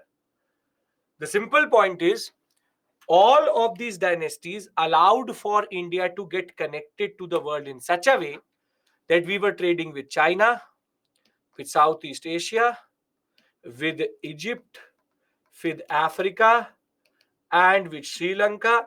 On all sides, we were extremely having what is called extremely lucrative trade.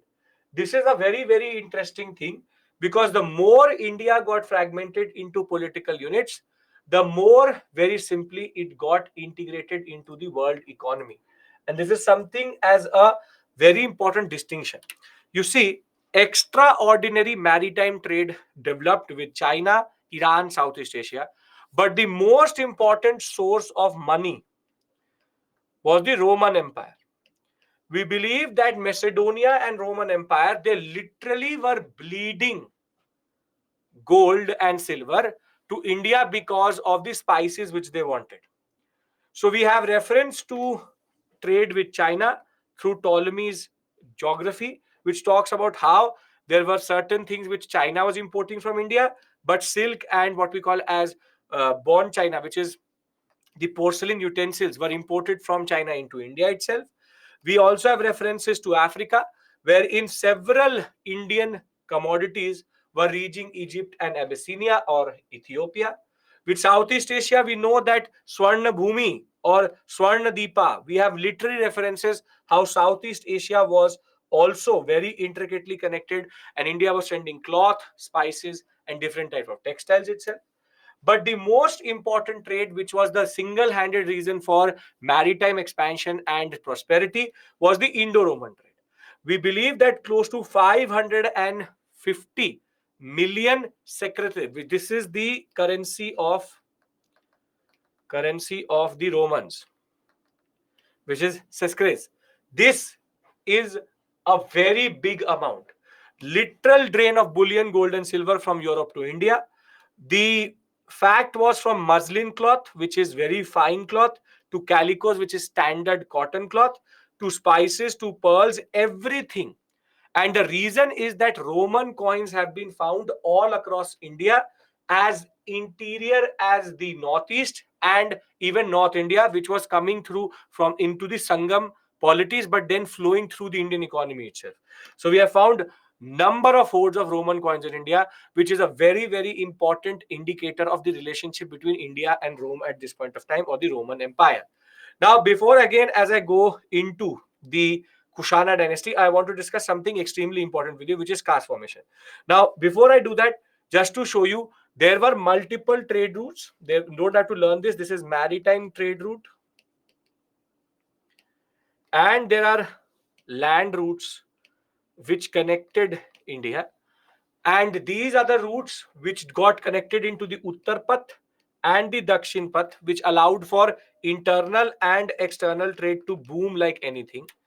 We also have reference to India in a very interesting text which is called the Periplus of the Erythraean Sea. It's a text which has come out of Africa, Alexandria, but we don't know the author who he is. But we have a list of terms which will be extremely invaluable for you in the examination, which is, what are the names of the old ports or the ports in India generally? For example, Broach sector was called Bargaza. Why am I saying this? Why am I telling you don't have to learn this but have to go it through with me generally? Because they can be given in the examination as consider the following and then they can give you these terms itself. So you have Bargaza, which refers to Broach. Then you have Silena, which refers to the Kalyan sector of Maharashtra. Then you have Supara, which refers to the Sopara sector of Maharashtra again. Then Tidnis is the old name for Calicut or the Egyptian name for Calicut itself. Then Muziris, as I told you, very important generally. Poduka, which is Arika Medu, again very, very important, Roman trade. You have Gang, which is Tamralipi, which is in Bengal. And they have Masula, which is nothing but the old name of Machilipatnam. So we know that be it the East Coast or be it the West Coast, we have multiple trade centers. Again, a testimony to the maritime trade of India generally. So now I have to discuss with you something fundamental, but again, not part of your course. Okay. So we've discussed political history, specificities of Indo-Greeks, Shakas, and the Shungas. We've discussed Shaka era and Vikram era. We've discussed the economic system, which is extremely prosperous. Anybody has any issue in these four aspects? If not, then I discuss with you the most important but not important for the examination discussion, which is what we call as caste formation. Yes or no? Yes, yes, yes, no, no, no. I want everybody's assertion yes, no, then only we go forward.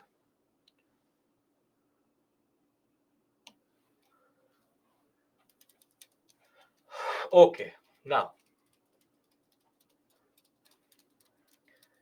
See, the discussion I'm going to have with you now is the concept of Varna Samskara.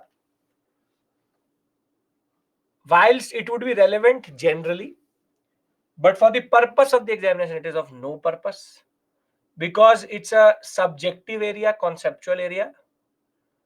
So, what I want from you is that you pay attention. It's a logical process, and you will automatically understand what is the concept of caste. So, first things first, when I say caste or jati, the word caste comes out of the Portuguese word castas. So, today, caste, jati are different or are perceived to be different. However, in the context of ancient India and the post-Mauryan period, caste and jati are exactly the same or are interchangeable. Please understand this point very, very clearly. Very, very clearly. Don't have to write anything now. Please understand it. No, nothing at all. I'll write everything down. As it is, you don't have to write a subjective answer.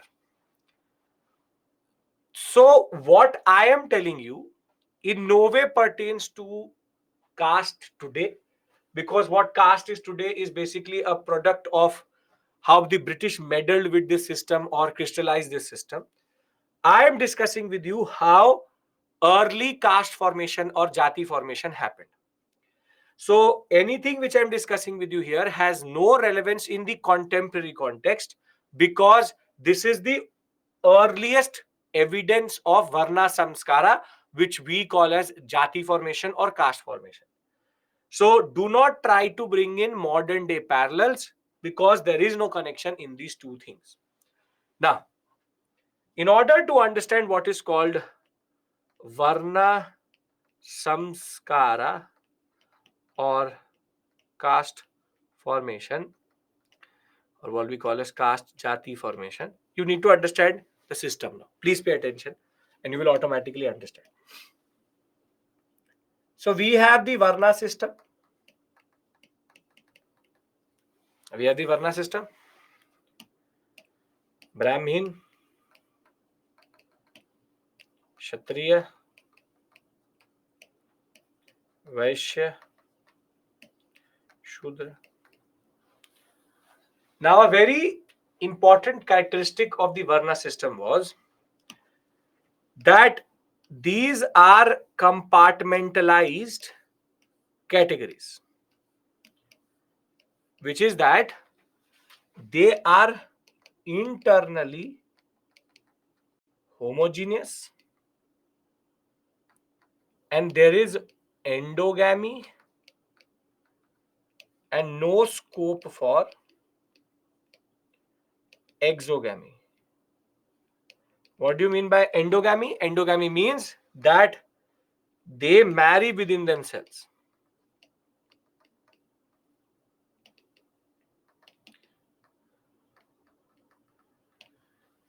Which is that don't use the word caste within Varna. The Brahmins will marry the Brahmins, same Varna. Kshatriyas will marry Kshatriyas, same Varna. Vaishyas will marry Vaishyas, same Varna. Shudras will marry Shudra, same Varna. So very simply, they are homogeneous because they are endogamous. They are endogamous. They will not, there is no mixture or internal or other external marriages. This point is clear. What do you mean by endogamous?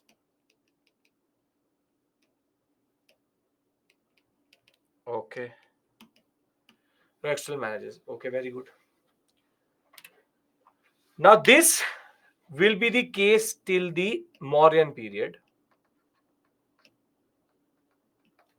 Now comes the post Mauryan period. And in the post Mauryan period, what we see is that very simply you have Brahmin,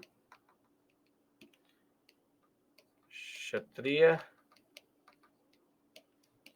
Vaishya, Shudra. But in the post Mauryan period, there's a problem.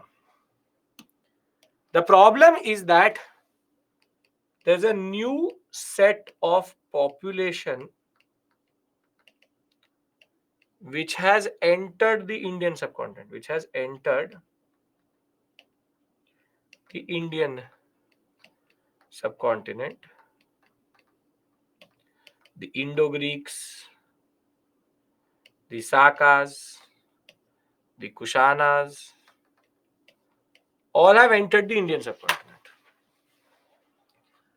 Now, the rulers of the Kushanas, Shakas, and Indo-Greeks, what if they are getting assimilated, if they have to get assimilated into Indian society, what type of status you will give to the ruling class of the Sakas, Kusanas, Indo-Greeks? You will add them to Kshatriyas. You will add their merchants into Vaishyas. You will add their scholars into Brahmins. You will add their other part of the society into the Shudras. The simple point is that these new categories or these new foreigners had to be assimilated into the Indian society in the first place. In the first place, they had to get assimilated. Please understand this point. Now, very simply, now if I am a Brahmin, and I have always been a Brahmin, I am an indigenous Brahmin, if you want to say that I was born in the Indian subcontinent as a Brahmin, and now another person has been designated as a Brahmin. Would I not like to have a certain type of distinction with that Brahmin? Yes. Now, very simply, this is called subcategorization of Varna, wherein the newer population, though assimilated into the Indian subcontinent as the standard categories, they were designated a different status within Varna. And this is basically your concept of Varna Samskara.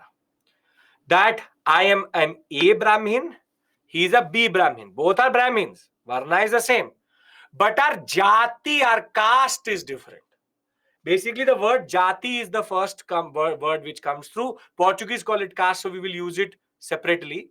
But I am A. I am the original.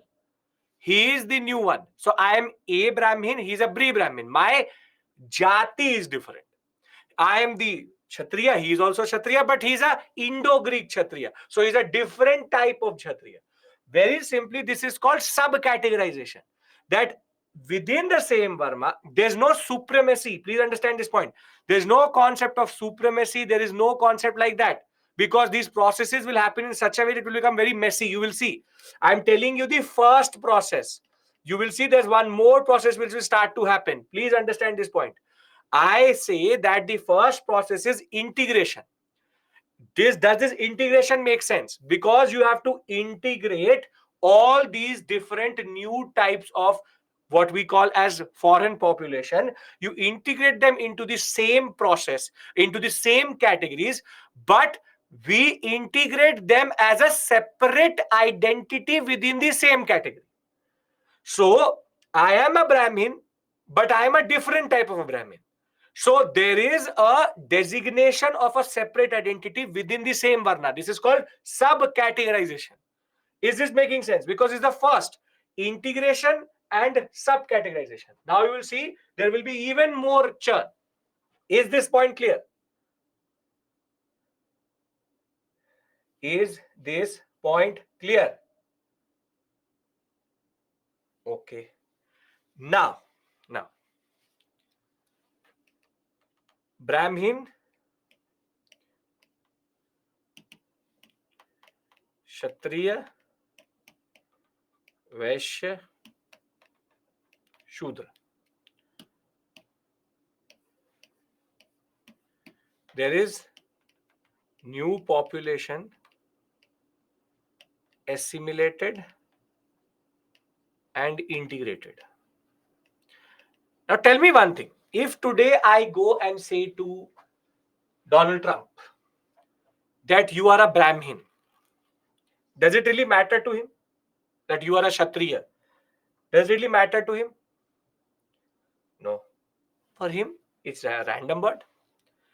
Now what happens is that if I'm a Indo-Greek Brahmin or an Indo-Greek Kshatriya, I don't care about these categories. So what happens is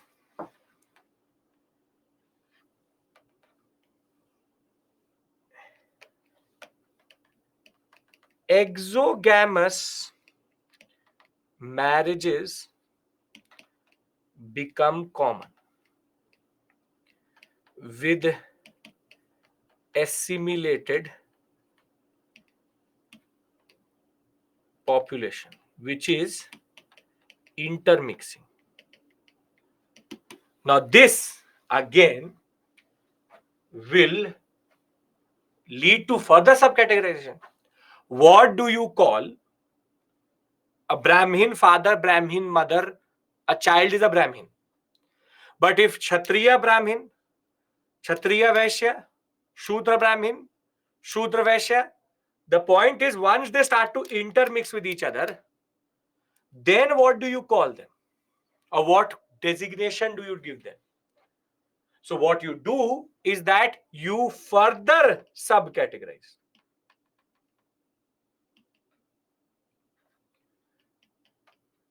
And this is called caste formation, which is that Varna Samskara is the exact word.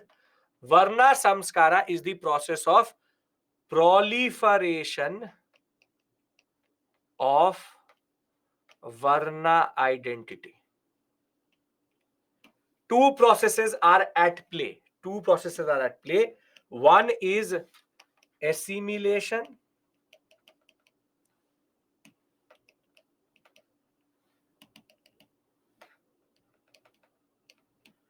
Second is integration along with it.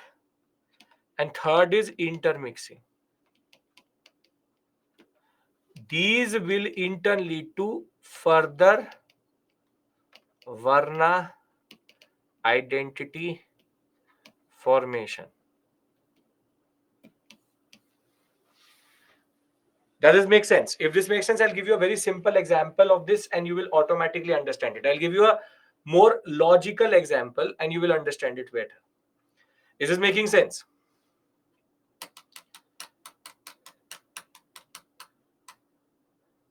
Very simply, when you assimilate, you give them a different identity. When you integrate, then you again give a different identity within same Varna. And when they intermix, then again you have to give another identity. Therefore, it becomes Varna proliferation. I'll give you a very simple example of this. You will understand it better. See, understand it like this.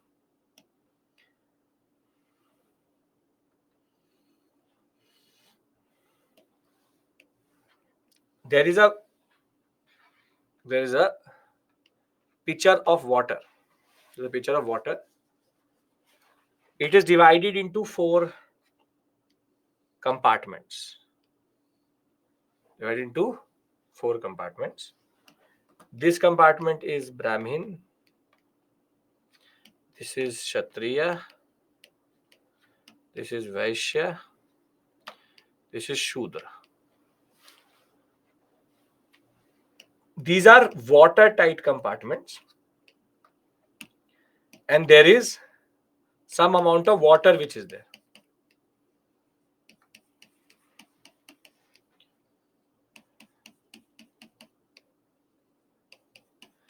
Now, if there is no intermixing, if I bring out a Brahmin particle and another Brahmin particle, will they be identical? Yes. Yes, because they are homogeneous. They are a homogeneous category right now with no form of newer elements.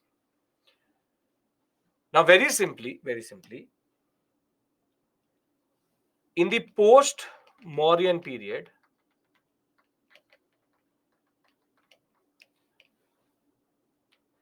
because of the newer population coming through, there is a new liquid which is introduced,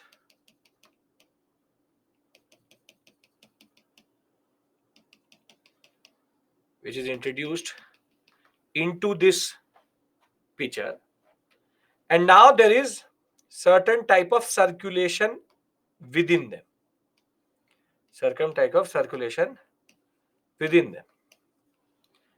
This is the first process, which is that the new elements get intermixed into the same category. This will in turn lead to first process of subcategorization. Now, what happens is the amount of liquid in this pitcher becomes so much that now there is intermixing. If there's intermixing, then in the Brahmin area, will there be only one type of one type of particle? No, there will be one which may have been the original particle, one may have been the original plus the new, one may have been the original new plus intermixed. What I mean to say is now there is a heterogeneity in this sector, and this heterogeneous becomes caste A or Jati A, Jati B, Jati C. Are you getting my point now? Caste comes within Varna itself. Caste formation is basically within Varna identity itself. But caste is nothing but the proliferation of the Varna identity. There's no one homogeneous understanding or homogeneous group. Multiple homogeneous groups are there. Now, does this make sense? It does. See, nobody's asking you this. Basically, nobody's asking you this. This will not be a part of your exam generally, but it is important to understand generally. When I will come to the Gupta period, I will add one more process. As of right now, it is integration and assimilation and intermixing. Anybody has any issue here? Purely theoretical area. No type of prelims question can be made from this sector. Therefore, there is no point of actually even going in further detail. But I do hope that you understand what I meant by this processes. Simplified to make you understand, much more nuanced, much more complex processes. But now I just wanted to argue that how caste comes within the Varna identity itself, because they are not separate to each other. They are part of the larger concept itself. Yes, no, if yes, then I talk about the Kushanas.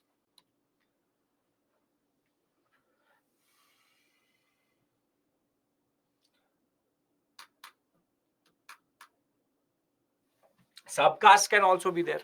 Subcaste can also be there. Sub. We can have multiple identities. A very good example of that would be, for example, the scene which is there in, I think, Jolly LLB 2, the last climax scene, if you've seen that movie, that he asks that who are you, so he says Brahmin, but then there are multiple identities related to a Brahmin. If you can imagine that scene, if you know that scene in that regard. Hardeep, there's no these question. That question is irrelevant because we don't have evidence for that, and that is of no use to you. Also, there is always something like that. Okay. So presently, Varna identity has come down in the caste. Again, Samishta, that question cannot be answered by what I've told you. Today, there's a totally different understanding. Yes, in a way, Varna has been presumed, caste has become more dominant. Okay. Now, can I go further? All this was rhetorical, basically of no purpose for the examination. But because you are my student and you deserve to know, I've told you the process. That's it. No, Abhinav, not even for optional. Optional also, you will not get this type of question. Or for optional, you have to make a very good question to answer this type of question that they will not make only. Nobody can ask you. There are multiple researches, still research going on, caste formation, Varna Samskara. I'm giving you a gist of a lot of different books which I've read together to give you a very simplified version of it. What I've given you is a working model. It's not that easy. It's much more nuanced, longer process, much more complex, has a lot of contingents on it. But I've given you a very simple model of it in order to make you understand. Okay, come on. Can we half an hour discuss Kushana's and Satvana's political history? Okay. So Kushanas, we know that they were nothing but Yuchi tribe. They were sitting in the Central Asian sector, first pushed the Sakas, then were pushed into the Indian subcontinent. Kushanas are much more powerful than the Sakas because they were able to conquer the erstwhile Indo-Greek and the Shunga sector itself. And they give stability to the North Indian sector quite a lot. If I have to actually tell you three things about it, if you allow me to, if I should, three things which you have to remember other than whatever is there as the concept, you need to only remember three things. Kanishka, gold coins, largest number circulated, and Hindu plus Greek gods on the coinage. Three things. That's it. Nothing needs other than this. Nothing other than this. But there are other details also. Most largest number of gold coins circulated by them. Largest volume is by Guptas. I'll write that down also for you. See, circulated, issued largest volume, largest number. This is Kushanas. This is Indo-Greeks. This is Guptas. What do I mean by volume and number? If I hold a Gupta coin in my right hand and if I hold a Kushana coin in my left hand, which is going to be heavier? Right or left? Right hand. Gupta hand. Because though they had less number of coins, their weightage was quite a lot. So they issued 1 lakh coins, but for 10 tons of gold. They issued 2 lakh coins, but only for 5 tons. So in the examination, look for the word volume and largest number, because the answer changes. Who issued it for the first time is Indo-Greeks. So Kushana's most important distinction is the gold thing.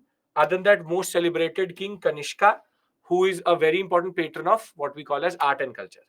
So we know that the Kushanas belong to the Yuchi or the Torachian tribe of Central Asia. They were pushed into the Indian subcontinent because of the movement of the Chinese. First capital was Purushapura or Peshawar. Second capital was Mathura when they entered into the Indian subcontinent. Now, if you look at their names, you will realize one thing. Initial names are tribal. Later names are very simply very inspired by Hindu gods itself.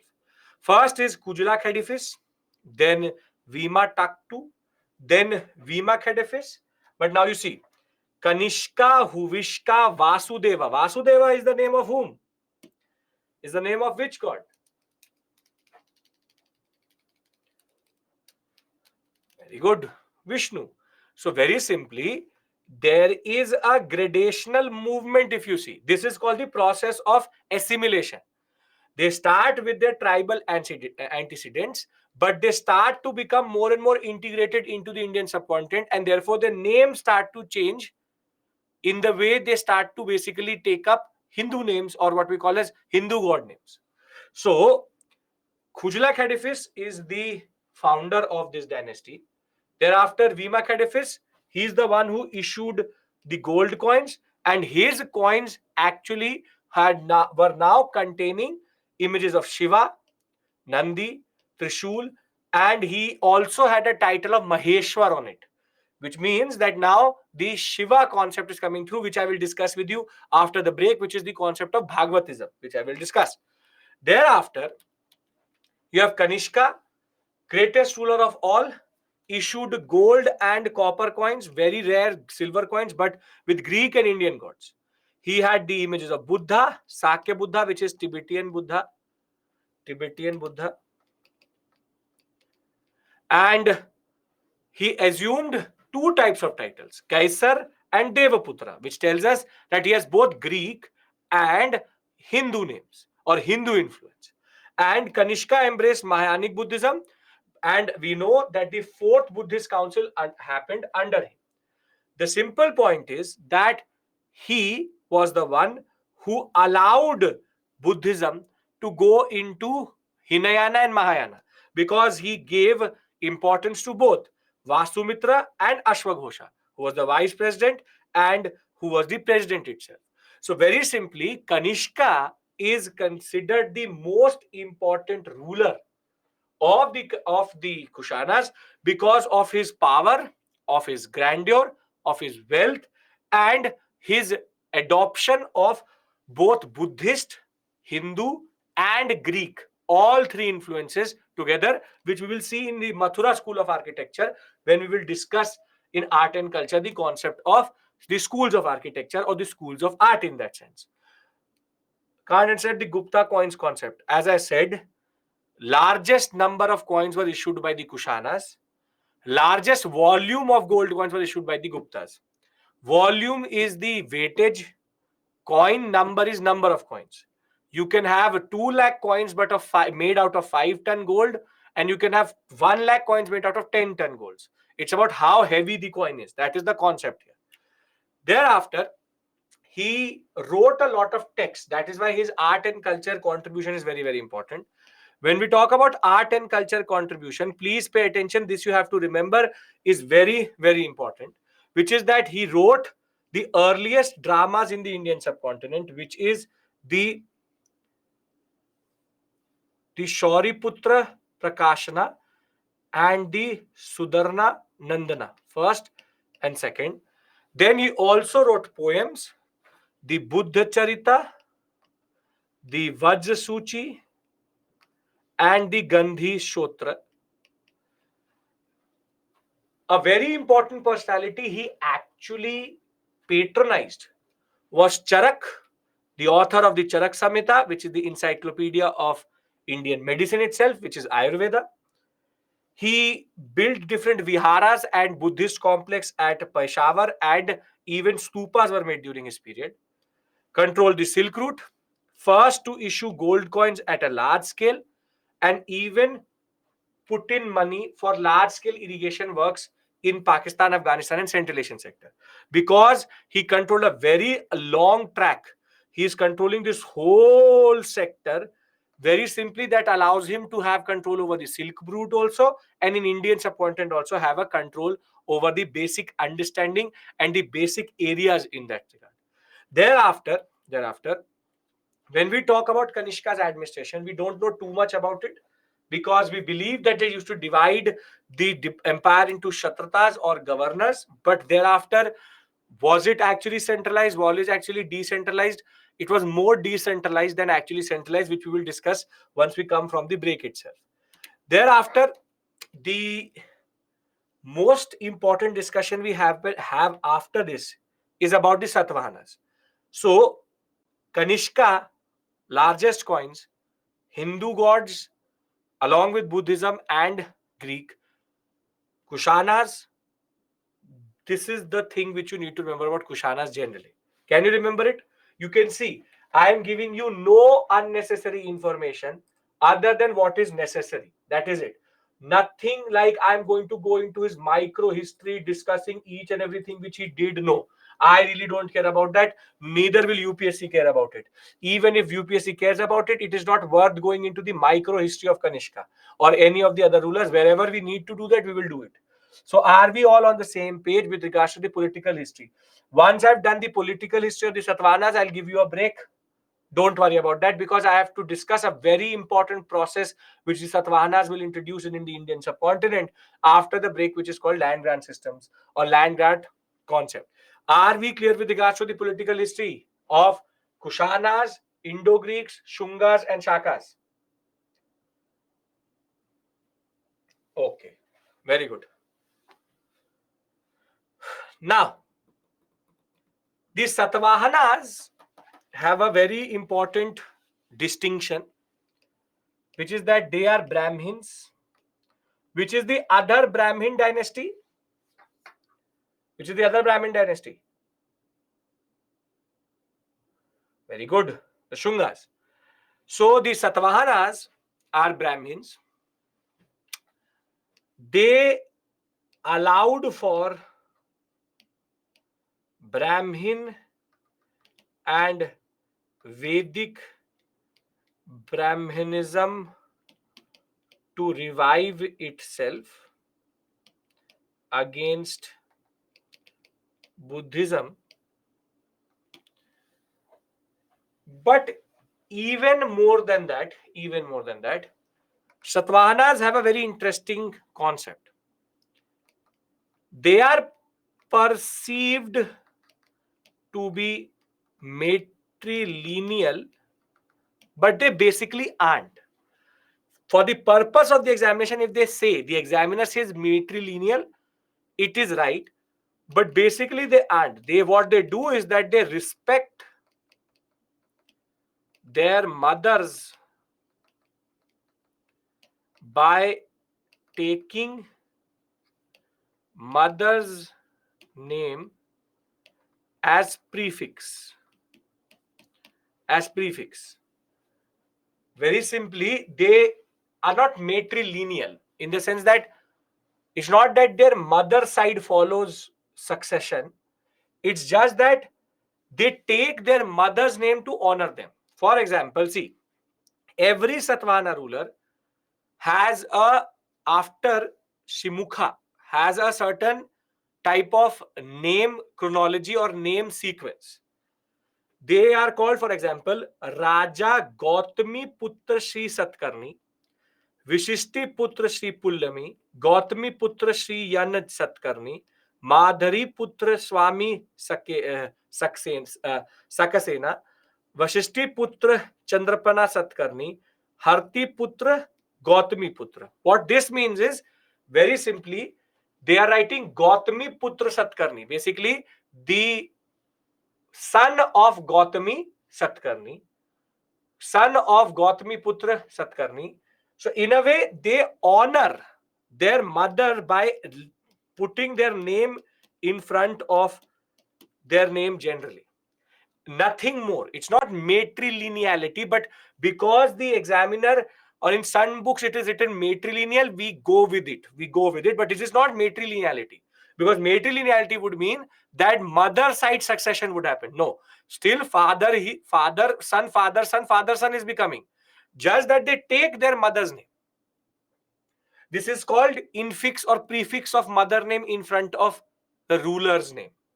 This is a very interesting practice which they had, and this is one of the distinctions of the Satvahana kings in that regard.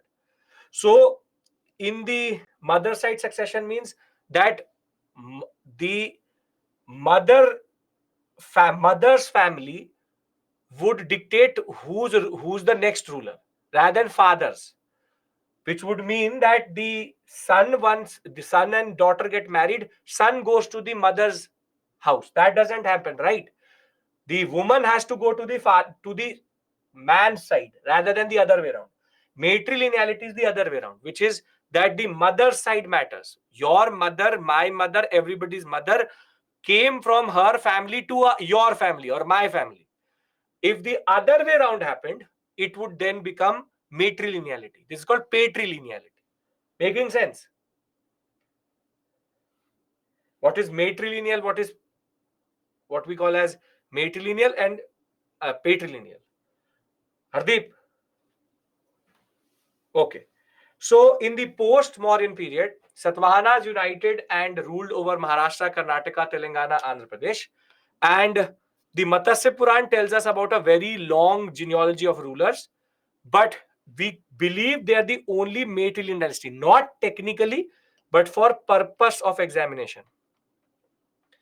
And they had multiple capitals. And if you have seen the 2023 paper, see, I taught it in class just 2 months before the examination. The students who paid attention to Dhanya Kantaka got the first question in set B as which region does Dhanya Kantaka refer to? And Dhanya Kantaka basically is one of the capitals of the Satavahanas, which would mean the Andhra sector itself.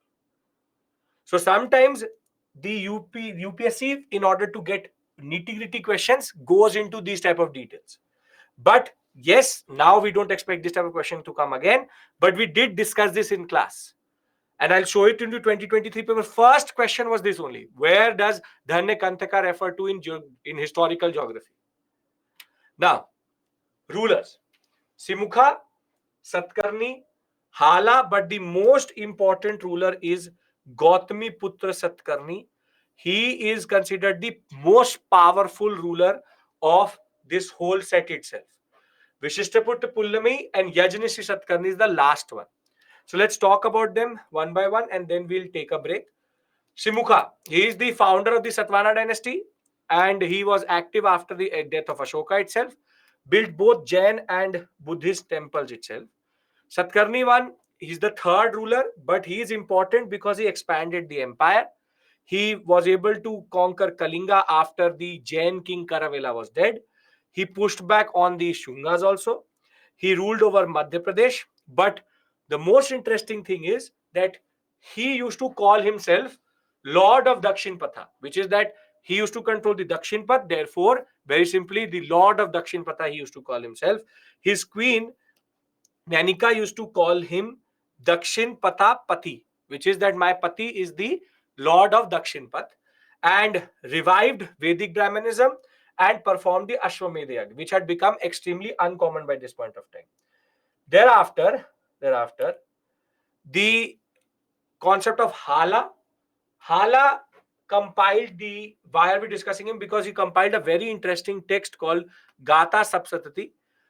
Gata Sapsatati is a very important Prakrit work of poems. Prakrit, that is why it is important. And his minister, Gundeya, composed Brihad Katha. You would feel that, sir, why are you telling us these names? These names tend to be sprinkled around in match the following question. Brihad Katha, Gatha Saptasati, very standard text these are. So you just need to know them generally. Then comes the most celebrated rulers of all. The first, Gautami Putra Satkarni. He expanded the kingdom throughout the Deccan sector itself. And his mother, Gautami Balashri, in the Nasik inscription, calls him a very interesting name. And the name is Eka Brahmana Chatiya Dapa Manadama, which is that the one who destroys the egos of Kshatriyas. And that is why we know that he actually was the one who defeated the Shakas, even the Pahallavas, Shaka Pallavas, and the Greeks, and even the different rulers in the local sector itself. And that is why he is considered the most celebrated and the most important ruler of this set itself. Took different titles, Raja Raja and Maharaja, and even gave Buddhist monks land. This is a very important point you need to again understand, that a very outstanding feature of our history is that even though the ruler was of a certain religion, tolerance was something which was followed quite a lot. And throughout history, we see multiple rulers of multiple religions actually following a tolerant outlook towards other religions. Something which we lack today, however, something which was there in the ancient Indian texts and ancient Indian period itself. Rulers did not stop with their own religion, rather, they went beyond and patronized all religions in the best way possible, which only shows a concept of tolerance throughout ages in the Indian subcontinent.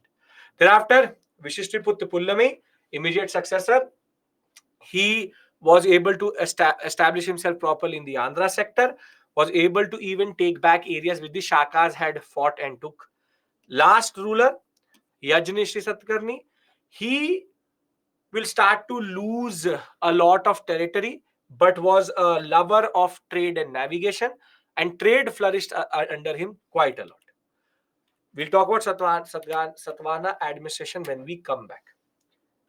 Now, contradiction in the timeline of Satkarni, as I said, these are based on different texts.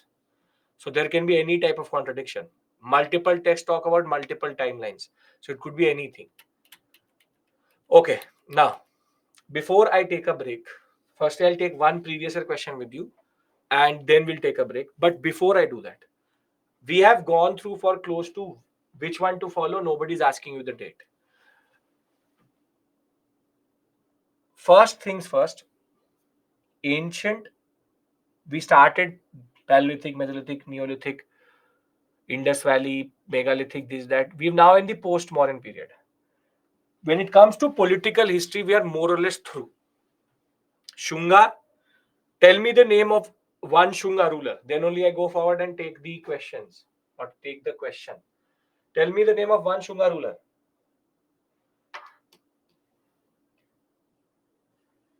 Pushamitra Shunga. Very good. Okay. Tell me the name of an Indo-Greek ruler. Rudradaman is not a Shunga ruler, is not a Shunga king. Like this. Agnimitra is also right. Tell me a name of an Indo-Greek ruler. Not Augustus Caesar. Augustus Caesar is a Roman king. Menander, Milindapana, Milind, whatever you want to call them. Menander. Augustus Caesar, Trojan are Roman kings. Tell me a name of a Saka ruler.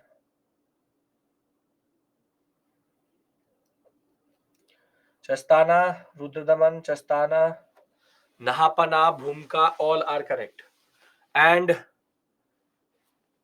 Gautami Putra Satkarni belongs to the concept of Satvana. So can I, in a way, close, or before I take a break, presume that our political history is done. Because when I come back, I discuss something very fundamental with you, which is going to destroy the Indian subcontinent and was started by the Satavahanas. So, if I have your permission, then we move forward. If you want to ask something, you want to call, it is totally your thing. You want to call, whatever it may be. After this point, no discussion. You can see I have already simplified everything for you. You can already see that I have not put unnecessary facts in the PPT itself. Whatever fact is written in the PPT is more or less enough for that ruler. Can I move forward and take that one previous year question before we go and take a break? Need to learn full information from PPT. Yes, when it comes to the PPT, when I mark it, you have to remember it for sure.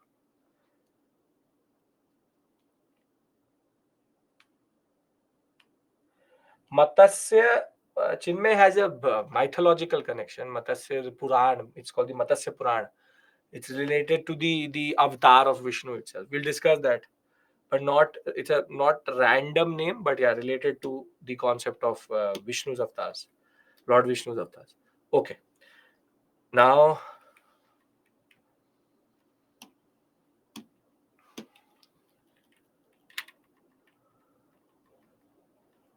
if I wrote your short notes, Tagdish, that is totally on you. If you note down something which I've written and you see, if you write something down, it generally helps because that way you're writing it so it goes into your mind. Totally your call what you want to do. If you can print, you want to print up the annotated PPTs, sure. Man.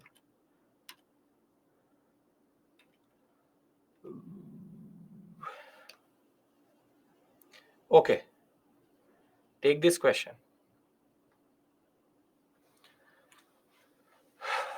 With reference to forced labor, Vishti in India during the Gupta period, still Gupta period question, but Vishti we've done. Vishti, you think of it like Mauryan period. Same question. Which of the following statements is correct? It was considered a source of income of the state, a sort of tax paid by the people. It was totally absent in the Madhya Pradesh and Kathiawar region. The forced laborer was entitled for weekly wages. The eldest son of the laborer was sent for forced labor.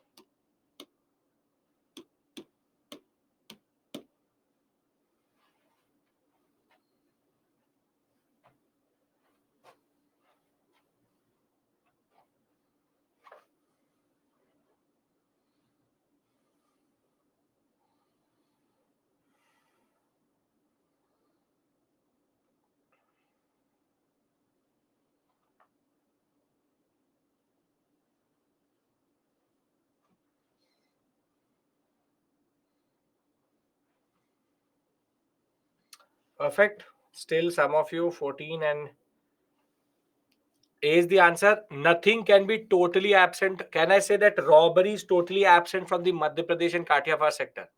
This is called an extreme statement. Totally incorrect. If you're a forced labor, why would you get a weekly wage? Still incorrect. And the eldest son of a laborer was sent as forced labor. Again, makes no sense. If the whole family goes or the one person goes. Totally incorrect. Yes, Vishti was, as I told you, Bartan Majane ka kaam, which is basically washing the utensils for the state so as to pay a tax. Yes, A. Yeah. So we can take a break now. We'll be back at 5:30 and this session is over. You will join from part C, last section, 5:30 to 8, and we'll discuss and reach till the Gupta period in that regard. Done? Yes? Done. Okay. So see you at 5:30.